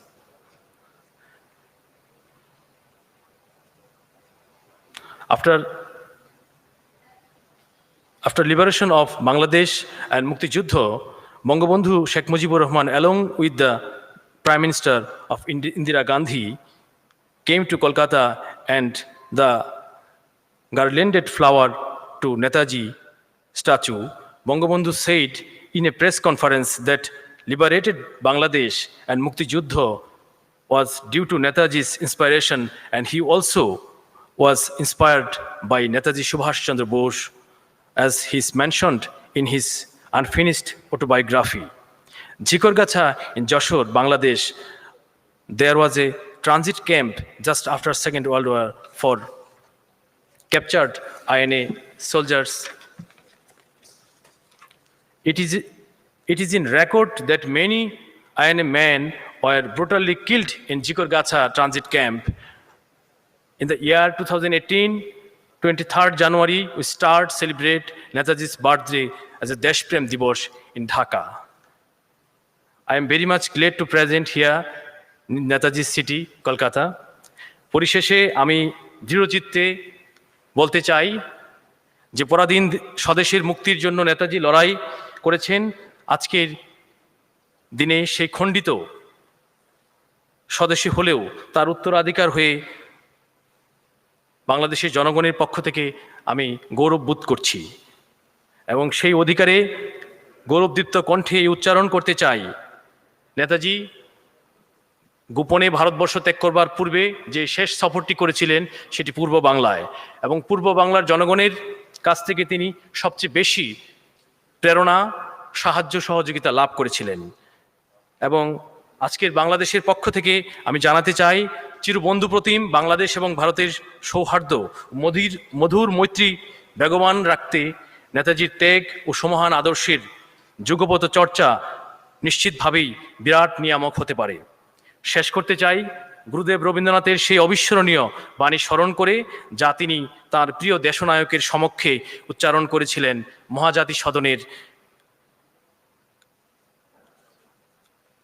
Mahajati সদনের ভিত্তিপ্রস্তর স্থাপন অনুষ্ঠানে। গুরুদেব বলেছিলেন, আমি উদ্ধৃত করছি, বাঙালির বাহু ভারতের বাহুকে বল দিক, বাঙালির বাণী ভারতের বাণীকে সত্য করুক। নেতাজির ভারতবর্ষ জগৎ সভায় শ্রেষ্ঠ আসন লাভ করুক। জয় বাংলা, জয় হিন্দ।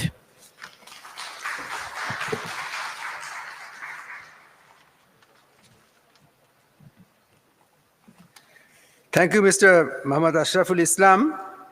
বিশেষ করে আশরাফুল ইসলামকে ধন্যবাদ জানাই, যেভাবে তিনি ভারতের মুক্তি সংগ্রামের ঐতিহ্যের সঙ্গে বাংলাদেশের মুক্তিযুদ্ধকে যুক্ত করার চেষ্টা করেছেন, এই একটা অবিচ্ছিন্ন ধারা হিসাবে তুলে ধরেছেন, তার জন্য বিশেষভাবে তিনি আমাদের ধন্যবাদার্হ। Next speaker is professor Kapil Kumar sir.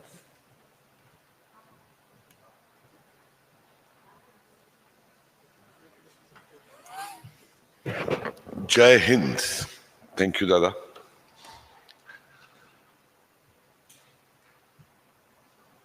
While addressing the INA from Berlin Radio, Netaji had made a statement that each one of you who becomes a martyr will have a memorial in independent India. And people will shower flowers on that memorial.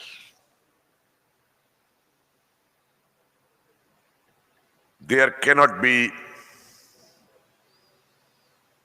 a more disgusting this in this country that for 70 years, the entire contribution of INA, Netaji, was not only sidetracked, but all efforts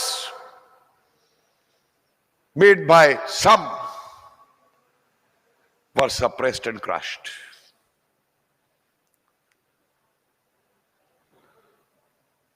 And so much so that ultimately the British had to depend on Nehru to keep that crushing continued after 45. I can say this with full confidence. And today I'm very happy that under the present government such ceremonies are taking place and Netaji is being back into the life of our youth. There are many firsts in the life of Netaji, and I chose this topic, the firsts in Netaji, because one question which I had been working upon was, why were the British so scared of Netaji? Why did they dreaded him so much that if in India he has to remain in jails, otherwise he is to remain in exile? Why they were so much afraid of him, and why to an extent certain Congress leaders were afraid of him within the freedom struggle. You please cite me a single document wherein the British say that they left India because of the fear of Gandhi or because of the fear of Indian National Congress. Please cite me a single document. And contrary to that, there are documents and documents, right from Auchinleck, the chief commander, to Wavell, that an 1857 type situation has emerged. If we have to stay in India, we will have to reconquer India. And for that, I will need 1 lakh European soldiers. This is Auchinleck. And on the basis of that, Wavell writes that we must compromise and reach an agreement. And it's a pity that there are files and files and files in National Archives which our historians never bothered to even open those files. Even on this, there is this thick file that how these 1 lakh European soldiers have to be posted in India. No one has looked at the military intelligence files of the Eastern Command related to INA and Netaji. They were very happy writing, Netaji died in the plane crash. Let them come, let any historian come and debate that Netaji died in the plane crash. I get so pained when I hear these voices even today, that DNA test should be done. The asthis should be brought from Japan. That's something which never happened. And my argument is very simple. Nehru was out to prove that Netaji died in the plane crash.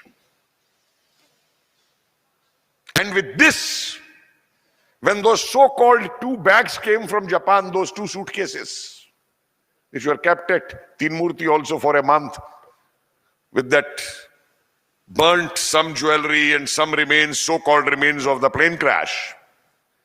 Why did Nehru write on them not to be displayed and kept it in the vaults of National Museum?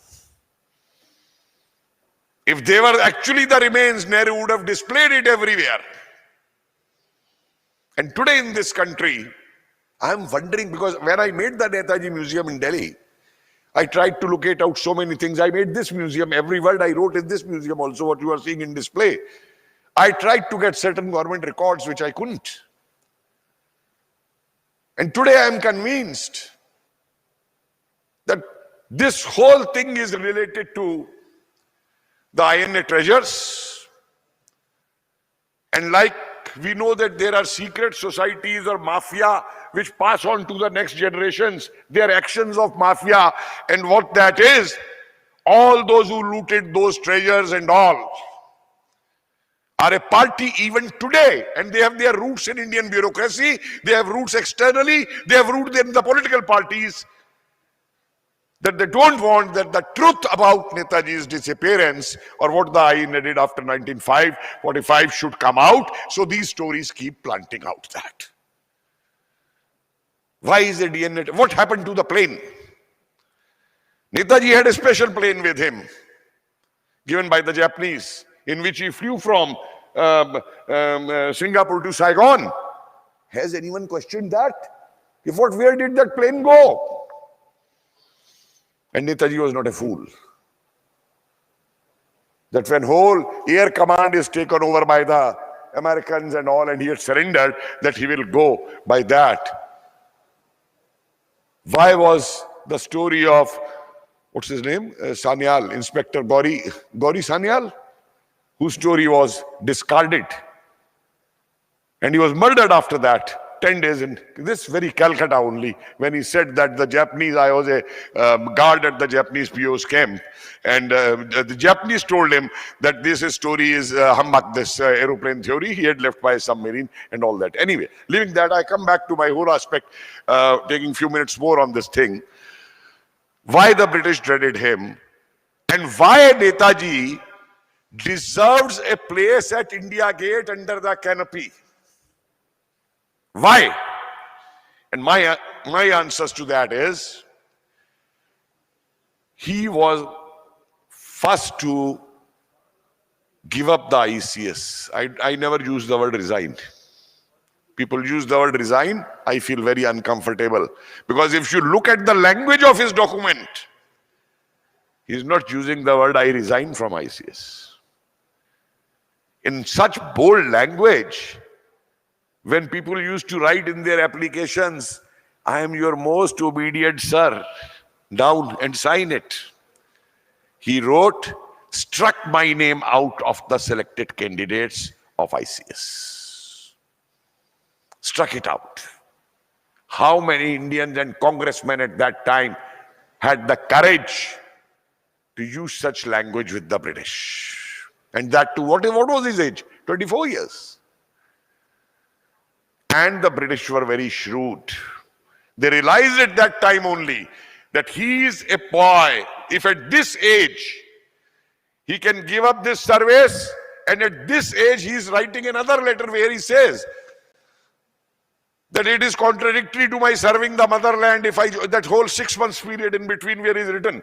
And if this fellow for his motherland can give up the highest service in India, how dangerous that man can be for the British. Because what was the Congress? What were the Congress demands? Right from 1885. हमको सरकारी नौकरी दे दो Indians को, हमको assembly के अंदर representation दे दो, give us places in legislatures.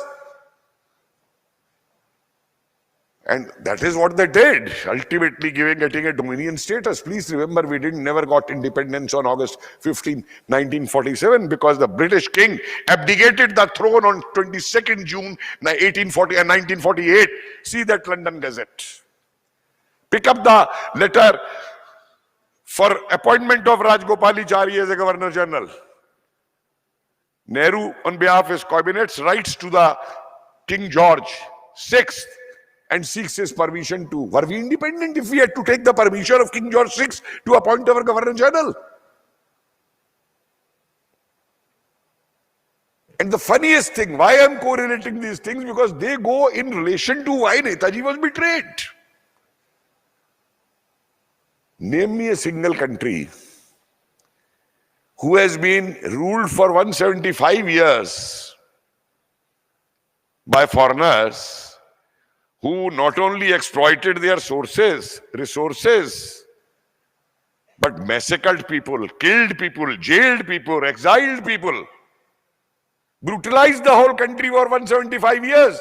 And the last representative of that country in this country, you convert him from Viceroy Mountbatten to Pandit Mountbatten ji overnight by making him the first Governor General of India.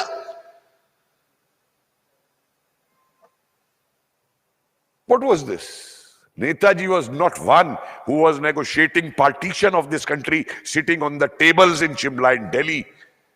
Netaji had led this country in the battlefield to establish the first united India's government, a government with full departments. There are some people question, how can you call it first government? It was the first government in the sense because it was a full-fledged government having everything which a government needs, including an army, postal system, finances, bank, everything.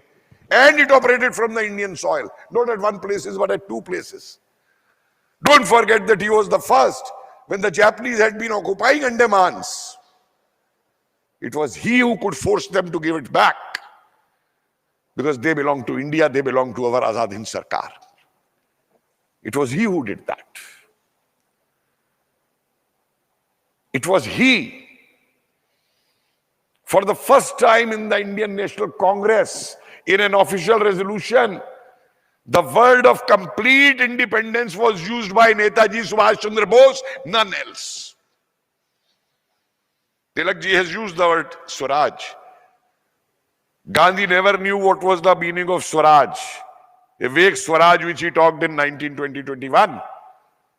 It was Netaji Bose who moved in there, in this Calcutta, the resolution for complete independence of India, which was rejected. And what are the grounds of rejection? Gandhiji says the country is not prepared for that. Our revolutionaries are dying. They are giving their lives. Since Sannyasi and Fakir rebellion of 1770, here from Bengal only, the British have been challenged. Every place where the British tried to expand, they were challenged.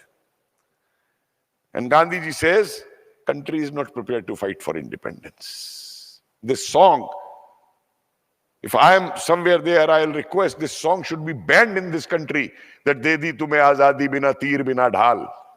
Sabarmati के संत तूने कर दिया कमाल. This is humiliation and insult of our all revolutionaries and INA people who gave their lives fighting the British out of this country. No one gave us azadi. The British were thrown out. Only difference was before they were kicked out, as they were to be kicked out, as General Bakshi says, they left before they think they will be kicked out. Netaji was Netaji was the first who, even when the Congress said complete independence and that's Lahore, he went 2 steps further again. No, not only this, give us the program also how you will achieve this complete independence. He was the first to honor the revolutionaries. Jatendra Das, he led the barefoot march in Calcutta over here. And same Jatin Das who died of hunger strike of 63 days, Gandhi had no word to say on him. Don't ask me to comment on him, otherwise you dare to do it to me. So was it violence? This whole non-violence, supporting British in the World War I is non-violence. Supporting British in the Boer Wars is non-violence. And can you isolate the murders, killings and violence of 1947 during the partition, which was a logical outcome of the way Congress negotiated partition of this country with the government of Britain? Didn't everyone knew? Noakhali had given the signals. Lahore had given the signals of violence. What were the precautions taken by these Congress leaders with the British? That they were negotiating who will become the Prime Minister and who will be taken back. But about the Indian common people, nothing was taken. Netaji was first who left this planning commission. He is first, he made it. Many courtless, he sent China, he is first it. But 2, 3 more, I will say the first, which are very important. Please stop calling and using this word great escape. Please stop it. I didn't use it in the museum in Red Fort. He left the police sleeping. Because he was not escaping. He went to fight another war, and that was a fully pre-planned done, where he will go, how he will fight, what is to be done. I feel sorry when the word escape is used. He's the first in that. And if you look at his Kabul thesis, because some in the Bush family tried to tell me that you are a fake historian, you are faking the documents. When I said that he had met, Savarkar earlier, and the way Savarkar recruited people for the British government, Netaji in Kabul thesis says that we must send our trusted people into this new army which the British are recruiting so that they work for us, and when the time comes, they switch over to us. And what was INA? Either the Pravasi Indians who contributed their lives and everything in Southeast Asian countries, whom we have forgotten, and the British. I'll close it up. He is the first who forms the most modern regiment for women in the world, Rani Jhansi Regiment. No one would have conceived at that time. In that sense, it is this which is the youth of India has to be told today, that what he stood for, what he did, why he brought these first things, and analyze them further. Today there is no time because this is a topic which can go on for hours to speak on that. But this is what the thing is for our younger generation to see.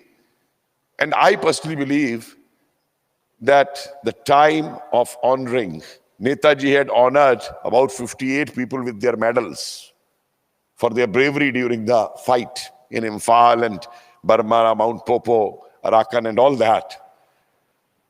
Look at our colonial mentality. We still say with very pride, Victoria Iron Cross was given to so-and-so in First World War. Does any history book in India ever tells that our braves were given medals by Netaji also for their bravery and warriorship in the Indian thing? And it's time that entire history books in this country, which are in the schools and colleges, written by such historians who called Netaji Kutta of Toju. And last statement I'm going to make, because this can be elaborative, that those who accuse Netaji of allying with Hitler and Italy and Germany, forgot two things. One, that so long Germany had a non-aggression pact with Soviet Union, Hitler was not a fascist for them. Hitler became a fascist for these Indian communists only when Germany attacked Russia. And second thing, Netaji tied with Japan, Germany and Italy.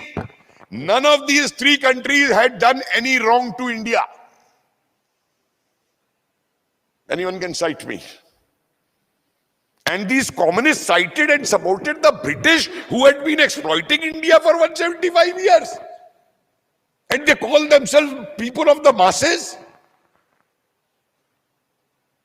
This is my answer to the left in this country who abuses Netaji. And let them contradict me by any of these facts, I'll take it back. I think Dr. Pal is giving me opportunity in the evening at Mahajati Sadan to speak more on these aspects. Thank you very much.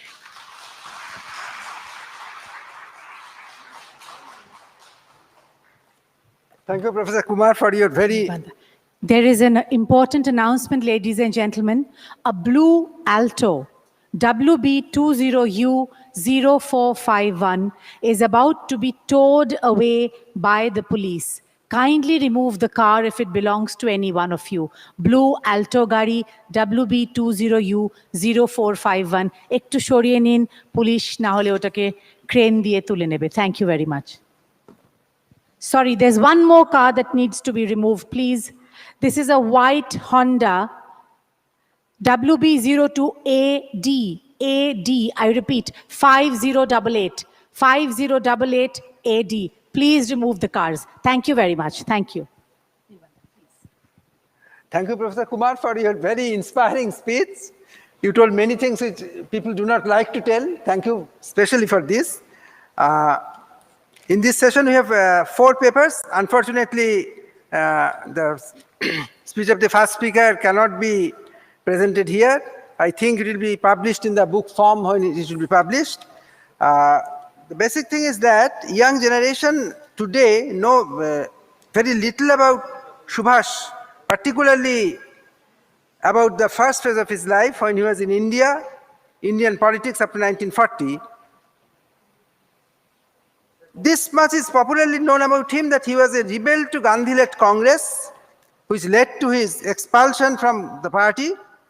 But it is oversimplification of facts, I think, full of currents and cross currents, particularly in the post-war, post-independent Nehruvian era, when attempts are systematically made to glorify a particular family and to belittle all other national leaders, particularly Subhas Bose and others.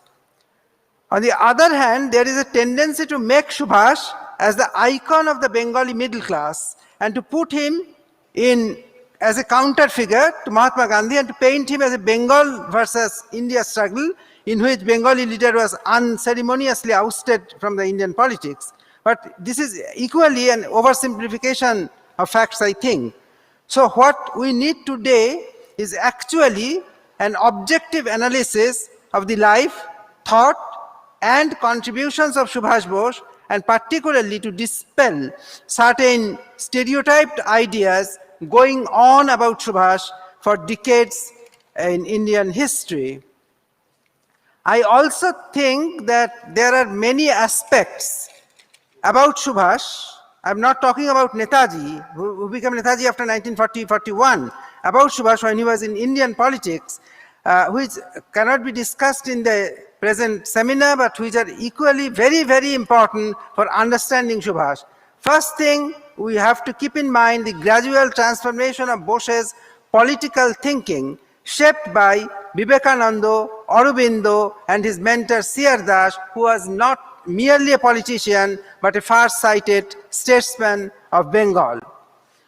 How Bose's idea of nationalism came to form, his relation with the so-called revolutionaries or the militant nationalists of Bengal, his ideas of socialism, which was different from typical Marxian communism, his ideas of India after independence, his ideas of planning for the development of future India, side by side his role in particularly very extremely faction-ridden Bengal politics, his role in municipal politics of Calcutta and other Bengali towns, his participation in the contemporary students and youth movement, not only of Bengal but all over India, his attitude to the question of women emancipation and the proposed role of women in the national struggle, the international and national questions as well, and particularly his stand regarding the vexed communal question in Bengal, particularly his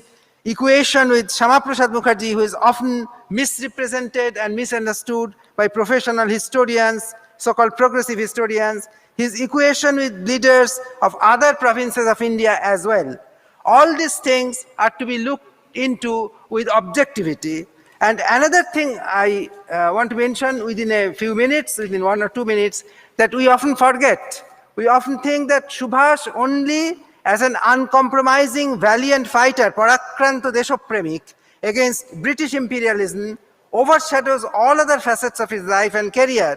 Today few know and remember that Bose was one of the few nationalist leaders in pre-independence India who took an active interest in the organization and movement of the industrial labor, then a newly emerging social class in India with great political potentials.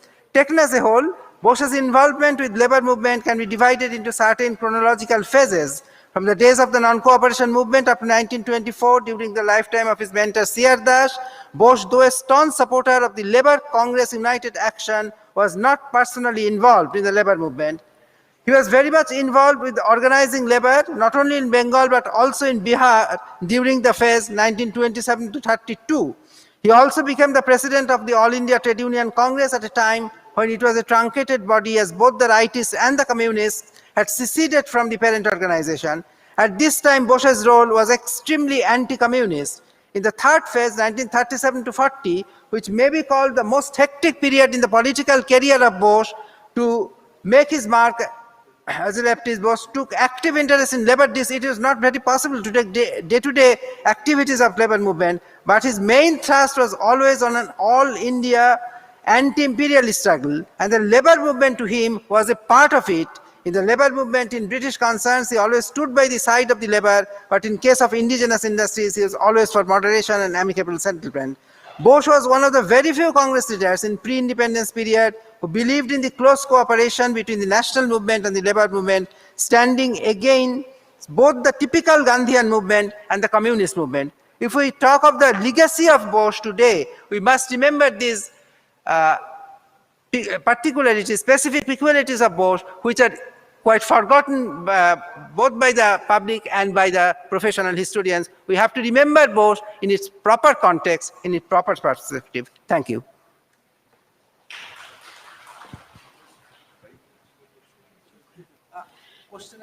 No. Thank you, Professor. Thank you.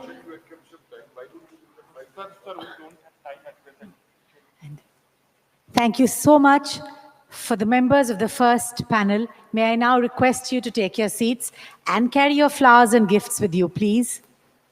As we begin the next session, ladies and gentlemen, Netaji oversees the saga of the Indian National Army and its supreme leaders. Chairing the session shall be Major General Retired G.D. Bakshi. I request Dr. Parthasharthi Das to please join me here in felicitating and honoring the panelists.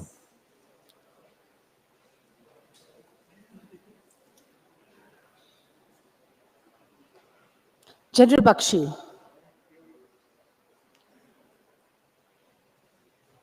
Ladies and gentlemen, Major General Retired G.D. Bakshi. A decorated combat veteran, this gentleman has authored 38 books and published almost 300 publications in defense journals. We welcome you for being here, Dr. Das.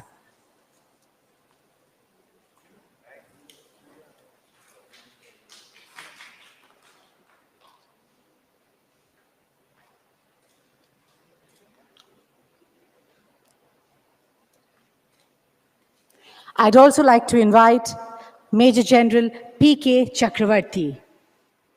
Sir.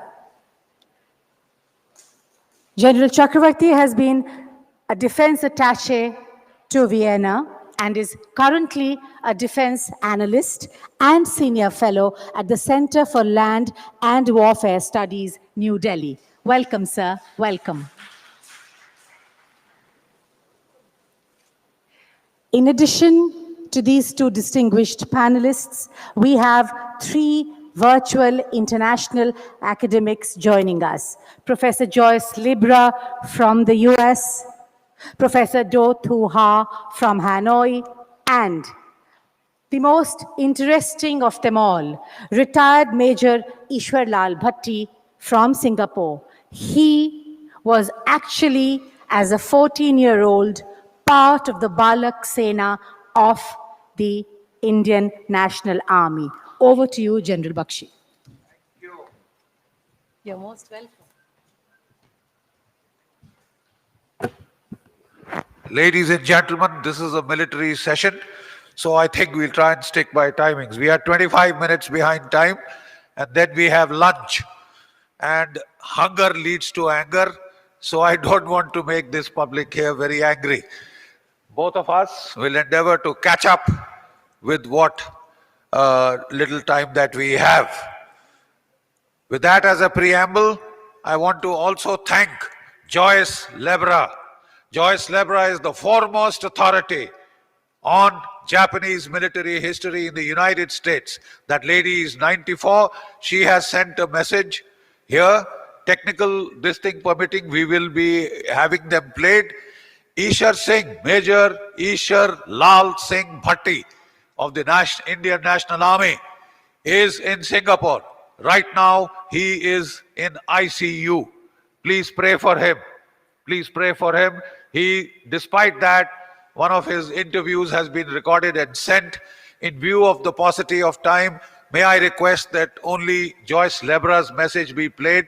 Please put them on the YouTube so that the whole country can listen to these very inspiring messages.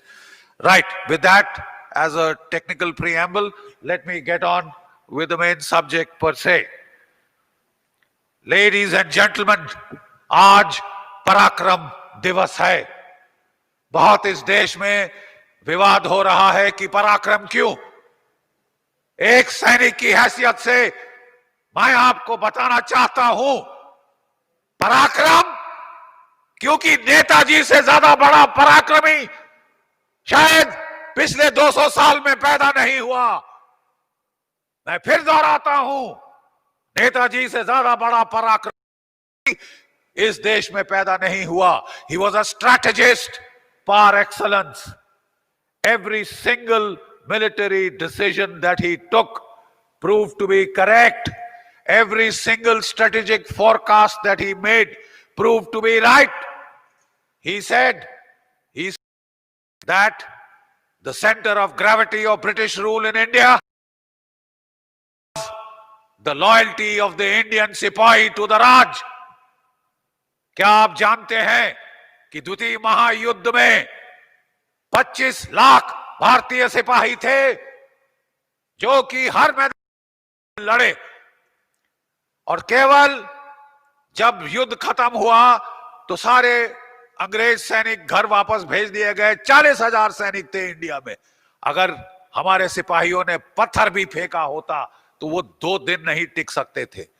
इसलिए बोस ने कहा कि the center of gravity is the loyalty of the Indian Sipahi to the Raj. अगर ये तोड़ दें, राज 2 दिन नहीं ठहरेगा। He was dead right. क्योंकि the INA may have lost the battles of Imphal and Kohima, but they won. But they won the war for Indian independence. क्योंकि जब युद्ध के बाद 1945 नवंबर दिसंबर में वो ट्रायल्स हुई आईएनए के सैनिकों की, 3 अफसरों की, धिल्लन, शाहनवाज और सहगल, पूरे देश में आक्रोश की लहर फैल गई। इस कलकत्ता में रॉयट्स हुई, पुलिस ने फायर किया, वो रुके नहीं। दिल्ली में रॉयट्स हुई, कराची में, लाहौर में, मुंबई में, सारे देश में आक्रोश की लहर फैल गई। और फरवरी 1946 में क्या आप जानते हैं कि रॉयल इंडियन नेवी में विद्रोह हुआ? विद्रोह हुआ, और उस विद्रोह के चलते 80 जहाजों में से 79 शिप्स पे जो हमारे नौसैनिक थे, उन्होंने अंग्रेज अफसरों को उठा के पानी में फेंका, तिरंगा झंडा फहराया उन जहाजों पे, और कराची और मुंबई की गलियों में घूमते हुए फिरे, जय हिंद के नारे लगाते हुए नेताजी की फोटो लेकर चले।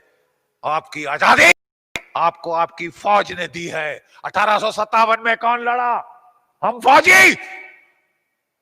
1946 में किसने रिवोल्ट किया? हम फौजी। और आप जानना चाहते हैं पराक्रम दिवस क्यों कहा जा रहा है? जब मैं कहता हूं आपको 60,000 की आजाद हिंद फौज थी, और आप जानते हैं उनमें से कितनों ने शहादत दी, कितनों ने कुर्बानी दी? 26,000। आप ये आंकड़ा समझ रहे हैं? 44% ऑफ दैट फोर्स, 44% शहीद हो गए इस देश के लिए। 44%। Let me put this in context with the permission of my very dear colleague. Let me put this in context. Bharat की सशस्त्र सेनाओं की नफरी की ताकत 13.5 लाख है। 13.5 लाख। 1947 से लेकर अब तक आप जानते हैं कितनी शहादतें हुई हैं? 25,480। 25,480। ये नाम हमारे वॉर मेमोरियल में लिखे हैं। हम हर जो दिन होता है देश का, हम जाके उनको नमन करते हैं। 25,480 13.5 लाख में से, और 60,000 में से 26,000। You understand? ये पराक्रम दिवस किस लिए है? क्योंकि आप उस शहादत कुर्बानी को भूल गए हैं। You have forgotten that. एक पत्थर है इस देश में, एक नामुराद पत्थर, जहां पे इन हमारे वीरों का नाम लिखा है, नहीं है साहब। I rest my case. Thank you. Over to Joyce Lebra.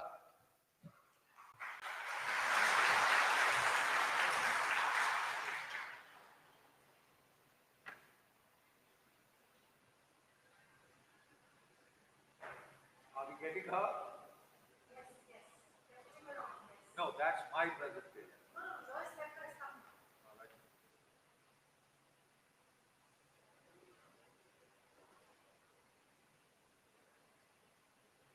there she is. Joyce Lebra, अपनी स्क्रीन की तरफ देखिए।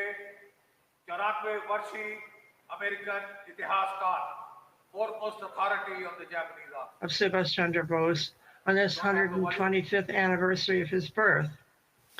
I would like to make a few brief comments about my research on Netaji and the INA.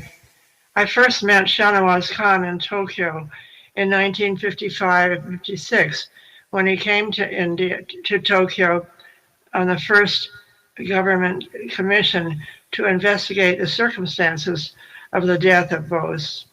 I told Shanawaz of my interest in the INA, and he encouraged me to go to India for research. 10 years later, I was given the opportunity to do so.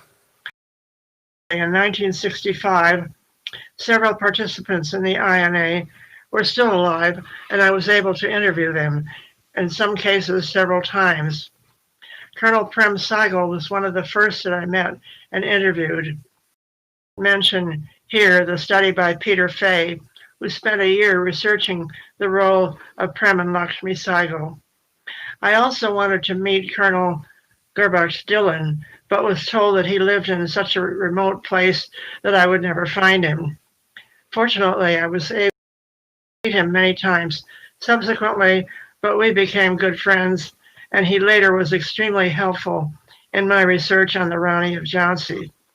He translated many poems and ballads about the Rani, and that Rani of Jhansi collection is now archived at the Ames Library on South Asia at the University of Minnesota. Here, I would like to correct an error on the INA that appears on Wikipedia. Subhas Chandra Bose was not the founder of the INA. That distinction belongs to a young Japanese intelligence officer named Fujiwara Iwaichi. He was initially sent by Tokyo Army headquarters to Bangkok in 1941 to contact overseas Indians and to encourage anti-British sentiment among them. Incidentally, there was not even a map of India at Tokyo's Army headquarters at the time. Japan had no plan to incorporate India into its construct of the Greater East Asia Co-Prosperity Sphere. It was Fujiwara who took the surrender of Indian troops at the Maidan in Singapore a year later, 1942. He assembled 40,000 Indian troops that were surrendering, and he said to them, "Do you wish to be treated as prisoners of war, or do you want to fight for Indian independence?" This dramatic appeal met an enthusiastic response. Several thousand Indians answered the call that day, and the INA was born. Fujiwara formed a very close relationship with Mohan Singh, one of the officers, and this relationship still continues 3 generations later with the 2 families. So this is the birth of the INA. A few months later, however, Fujiwara was replaced by a higher ranking officer from Tokyo headquarters, Colonel Iwakuro, who did not share Fujiwara's sympathy for Indian aspirations. In fact, he put Mohan Singh under house arrest, and the INA was inactive for several months. So it was the arrival of Subhas Chandra Bose in Singapore in the summer of 1943 that revived the INA and galvanized ethnic Indians in Singapore and Malaya to join the struggle for independence. I should mention that the transporting of Netaji by first German, then Japanese submarines was one of the few instances of Japanese-German cooperation during World War II. The 2 nations did not really trust each other. Bose visited Tokyo, met Tojo, Prime Minister Tojo, and sought Japanese assistance in his struggle. Well, Japanese assistance was never quite as forthcoming as he hoped. During his dramatic submarine ride from Nazi Germany to Singapore, one thing he spoke of enthusiastically was his plan to form a women's regiment in the INA, which he would call the Rani of Jhansi Regiment, named for the heroine of the First Indian War of Independence. This he did to the dismay of the Japanese, for whom women had no place in military tradition. The volunteers were teenage girls from the Malayan rubber plantations, and most of them had never seen India. They had never been to India, but they were inspired by his words. He chose Lakshmi Saigal as commander of the women's regiment, with Janaki Nahapan as deputy commander. Lakshmi was a medical doctor in Singapore, and she later married Prem Saigal. I was able to see these women many times, and also to interview them both in their final years, Lakshmi in Kanpur and Janaki in Kuala Lumpur, for my study on the Rani of Jhansi Regiment. I asked Lakshmi if she expected to be elected president of India when she ran a few years ago. She replied, no, she just wished to remind India of the INA. She did not want India to forget the role of the INA. I know she would be gratified to see the present conference now reconsidering the role of Netaji and the INA. While the regiment, the Rani of Jhansi Regiment, did not actually see much fighting, it helped to fulfill Bose's mission of an all-India struggle, which should include women as well as men. Finally, I'm grateful that I was able to interview the major participants in the INA, the 3 officers tried for treason by the British in the Red Fort, and also the leading women of the Rani of Jhansi Regiment. Incidentally, Colonel Dillon can still be seen today on YouTube, as after the war he revisited battle scenes and wartime headquarters near the Indian border, sometimes accompanied by Lakshmi Saigal. Mohan Singh published his memoirs titled A Soldier's Contribution to Indian Independence, and Colonel Dillon wrote his as well. His is titled From My Bone. Ishar Lal, just the start parting 2 minutes, it's a message. He's in the ICU. So I hope he will be all right. He will emerge. He's 95. Quickly, Major Ishar Lal Singh Bhatti, Indian National Army. Can we have him, please? Just the first part, it's a message. He's not been able to give a speech because of his very ill health, but he wanted to send a message. So can we kindly have it? From Singapore. This is the only place where we have a war memorial for the INA. Lord Mountbatten had it blasted with explosives, right? And in 1984, the Indian origin citizens of Singapore paid money and rebuilt that war memorial to the INA, the only one in this whole wide world.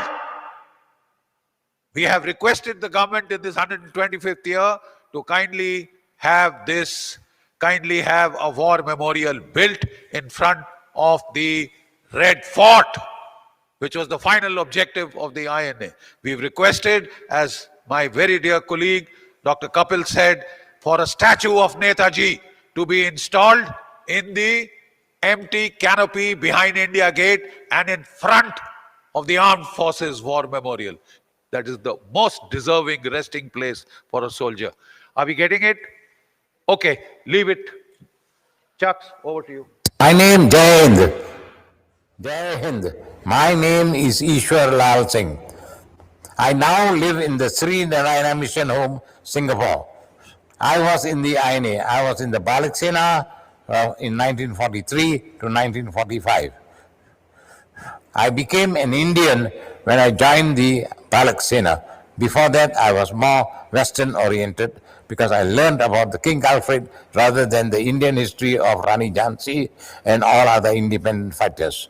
I met Netaji Subhas the first time when he came to visit Ras Bihari Bose, whom I was serving as a peon in 1943. He was walking up the steps, coming up to the landing of the floor where I was sitting beside the telephone to answer so that it doesn't disturb Mr. Ras Bihari Bose while he's having a nap in the afternoon. I put my hand across the landing and I said, "Kahan ja rahe ho, bhai?" He put his hand on my shoulder and asked me, "What is your name?" And I was very proud to say, "Sardar, मैं सरदार खजान सिंह का सपुत्र ईश्वर सिंह हूँ." Netaji Subhas Bose mentioned to me, "Oh, बेटा तुम्हारा नाम आज से ईश्वर के लाल हो, and you are son of God, ईश्वर के लाल, भगवान के बेटे हो तुम, इतनी सेवा कर रहे हो तुम इधर." Words to that effect flattered me, but I still had my hand across the bar. And then Ras Bihari Bose came from the top and said, "Chodo inko." Then I left him and let him go up. But I felt the charisma of Netaji Subhas Chandra Bose then. And I wanted to follow him up to the meeting that he was having, the paying of respects to Ras Bihari Bose. But Ras Bihari Bose asked me to wait downstairs. The second time I met Netaji Subhas Chandra Bose was at the City Hall steps. This was after he reviewed the parade of the Indian National Army. His speech to Chalo Delhi was mentioned there.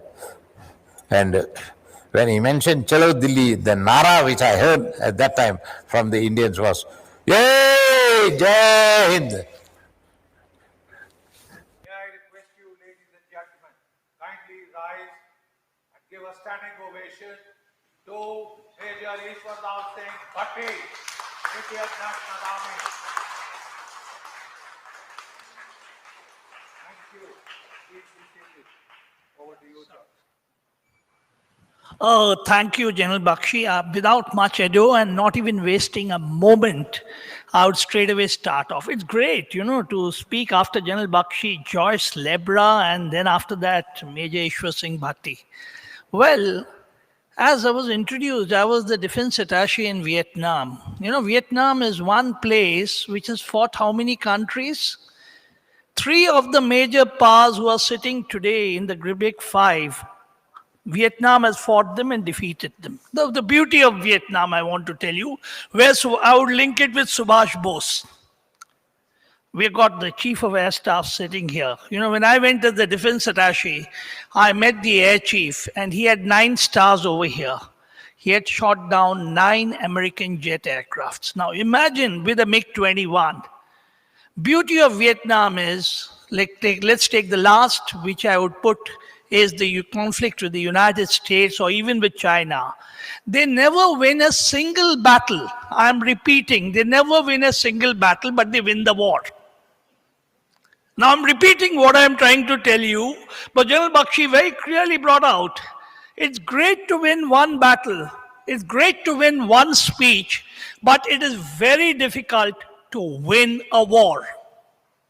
Now, this is the beauty of Vietnam, which has similar casualties as the Indian National Army. Now, let me compare both and go about it more on a strategic way. And since I was posted in Southeast Asia, where I had 3 countries militarily which I had to look after, and if I may say today, they are our dearest friends today. It is a military diplomacy in action, and let's see Subhash Bose, what he did. Now, Bose, you see, was a great person. He married a person of foreign origin. People said he rejected the civil service. We don't realize he was in England. So he understood what the British mindset was. It is very difficult to understand military mindset. It's very easy to academically go through research books and, come to these things. Let's give you a military mindset of the city of Kolkata. I come from Delhi, born in Kolkata, started in education in Bengali, and this is my 4th visit to Kolkata. The proudest thing for anybody who's a Bengali is to come and address in Kolkata. And my first address also was with General Bakshi. And now this is the 4th address. And all that I would say about the city of Kolkata, why the British would not leave India. If there is heaven on this earth, it's India. If today I'm staying at the Taj Bengal and I'm told, no accommodation anywhere, please live. I can go to Prinsep Ghat, spend the night, be bathed, get into this suit of mine and address you still. Having stayed in London, having been educated in Sweden, having lived in Vietnam, and having a son who is an American citizen, and having been to Moscow, you can't do this anywhere. When you can't do this anywhere, do you expect the British to leave India? I'm just sharing with you, we were the jewel of the British crown. And Bose realized it. He realized it that all this what you do, the strategy must lead to their exit. And if the strategy has to lead to an exit, there has to be a plan. Who would like to leave the city of Kolkata? Please tell me. A Bengali leaves the city of Kolkata, he'll not say, he'll say, there's mache jhol here, there is Rasgulla here. Even in my menu, the first thing I saw today was Rasgulla. Who would like to leave the city and go? As a matter of fact, people wanted Calcutta to be the capital of one of the things which, we've got Bangladeshi speaker here. There was a big fight in independence that Calcutta must be a part of East Pakistan. It's so beautiful. I haven't compared the other cities. So to expect the British to leave, and leave as all of you have said, including the professor over here, in the most emotional speech, is something very, very difficult. Accidentally, while coming in my last visit to Calcutta, I had to first go to Imphal and then come to Kolkata. Well, it's like almost crossing 3 countries because you're on the Myanmar border, sir. From Delhi, you cross Bangladesh, come over there and come over there. And I saw Imphal airport. And it was great. Being an army man, it's most unfortunate that I had never landed in Imphal, one place which so many airfields and so many things. Now let me get back to Bose's mind quickly, because everything has been told and told to you. What was his strategy? Firstly, whenever you plan a strategy, you don't plan necessarily on a victory at small issues. You plan on a strategy which must have an ending. Now, the firstly is, unlike politics where the means govern the ends as per some people, in the strategy you must have what is the end point. You cannot have a hypothesis which does not have an end point. His end point was what? We must get freedom. In that freedom, it didn't matter whether he became anything. Firstly, it's been told by everybody. The second thing is, militarily, unless you involve yourself, the British, you go through their history, there is no question. I've been to London even today. I can tell you today, Niraj Chaudhary may write anything about anything. They militarily or anything, they feel they are great. You'll be soon having the British team over here. Say the cricket team over here. Let's see how we fare, but you play them in England. I still remember the 71 series and how badly they felt when we beat them in England. Now, I want to say something which was on Bose's mind. He tried first with Hitler, as Sir brought out. He tried with Italy, and finally realized that in consultation with Rashbihari Bose, the only way is Japan. Nice, you already had the INA, which was very, very well described by everybody. But the basic issue was Japan prepared to come? As Sir Joyce Lebra has said, as even Professor Lokendra said, was Japan keen to come to India? Let me tell you, one must look at the overall military situation and what was happening at the Midway Islands. You had the United States already fighting. And let me assure you that Prime Minister Tojo and the entire general staff, including Field Marshal Terauchi and the others, were not at all keen that the Japanese forces cross the line which they have already achieved. Why should they come, as Professor Lokendra said, to Imphal, Kohima? Look at his persuasive capabilities. We are all talking about his fighting capabilities, but he was a man who had his brain. Look at the capabilities he had in persuading the most difficult people, the Japanese. I'll tell you how difficult they are. I was tasked by the government of India and government of Japan to write a project on how the Japanese helped India to get freedom. Believe me, you know how difficult it is to get a sanction from the government of India. The sanction came from there. But Professor Gen Nakamura, who was to write with me, could not get a sanction from the Japanese government. Because the Japanese government do not get in easily. If anybody knew or studies Prime Minister Tojo, I luckily even went to the Japanese defense attaché and met him. Tojo was a very difficult man for any Japanese general to approach. But for Bose to go to Japan to make Tojo agree, firstly, Tojo reviewed the INA, you must be realized, at Singapore, and for him to get him to agree to take an invasion as brought out of the 31st Division, the 30s, and to select a general officer commanding like Mutaguchi, who commanded the division, and get into the jungles of Imphal and to get on to Kohima, which is equally difficult. That's brought out from Churchandpur. If you have to come towards this side, it's a tough thing. Only Bose could achieve. Look at his other achievements. He attended that, the East Asia Conference. Even today, India doesn't form a part of East Asia. We form a part of South Asia. We try to get into Southeast Asia, or what today we popularly call as ASEAN. Bose attended the East Asian Conference. Now, when he attends a conference, look at his victory. He straight away gets Andaman for you. Andaman and Nicobar is captured. He puts Lognathan over there. The Indian flag is put. And really, according to me, the first Prime Minister of India is Subhash Chandra Bose. I would like all of you to clap to this. So on this great occasion. He is the man who first flew the Indian flag.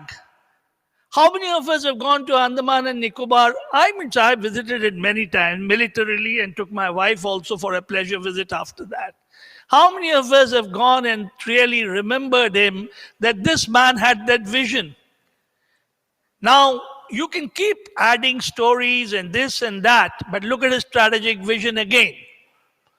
Now, he told the Japanese, look here, I have to reach Imphal. You make me reach Imphal, then I reach my main objective, which is Dimapur.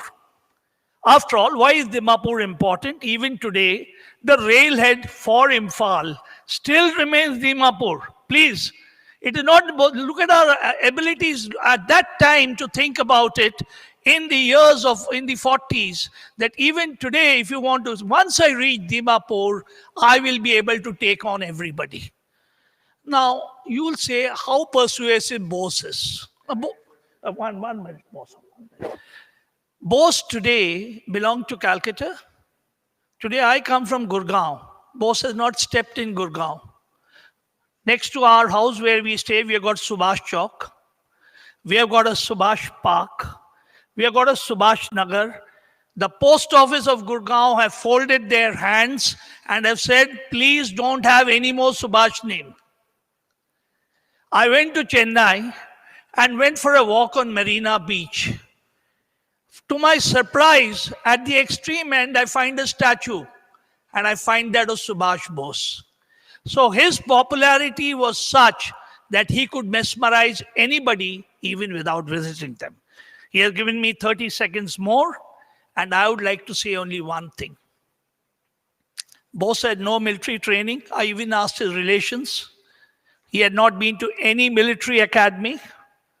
Unlike Air Chief Marshal, who has so many thousands of flying hours, and General Bakshi was so much of combat experience, he had none of them.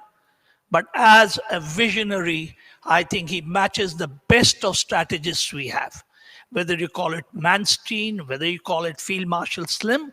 As a matter of fact, when I read Defeat into Victory by William Slim, Field Marshal William Slim, I think what I should be said is, victory from defeat is what Bose achieved, which is the greatest thing I would leave you with.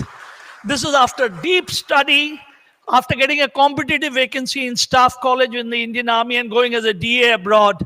I think you can win victories by defeat, and this is what Bose has taught us. Thank you, sir. Thank you, excellent, well done. Ladies and gentlemen, we have 3 minutes to lunch, 1 o'clock. I'll finish by then. Thank you. Ladies and gentlemen, the general officer brought out an excellent point. Bose had no formal military training, yet he proved to be better than most formally trained military officers of that era, this era, any time. Mao had no military training formal. Mao Zedong, the greatest military leader of China, had no formal military training. General Vo Nguyen Giap, Giap as he is called, the famous Vietnamese general, had no formal military training in any academy. Yet these informal military leaders proved to be some of the best, the greatest field commanders who had ever lived. He had, in his time, Bose had formulated the strategy with the Japanese. His initial strategy proved to be right. He wanted to come much closer to what is now the Chin, south. The Japanese insisted, no, it should be in the north. The Japanese were wrong. Bose was right. Had they gone in from the south, you would have hit the Bengali-speaking population first, and the news would have spread. When you hit the tribal areas, they were as it is so isolated that the news of the INA never spread. And Bose had said, the moment the Indians know that there is an INA, an Azad Hind Fauj fighting for their freedom, they will rise. You know when that got known? During the trials. When the British, may I just conclude? When the British wanted to rub the noses of the Indians into the sand, they wanted to do a psychological Jallianwala Bagh. You Kalus, you Browns, you wanted to get to the Red Fort. We will try your officers in the Red Fort. We will hang them in the Red Fort. And when that happened, the storm burst over India. The storm burst over India. And then the revolt started. The British had made plans for withdrawal from India because of the fear of Bose. If you are free today, if you are breathing free, fresh air as a free Indian, please thank Netaji Subhas Chandra Bose. Please thank the Indian National Army and the 26,000 martyrs. Ladies and gentlemen, it's 1 o'clock, time for lunch. Thank you. Jai Hind.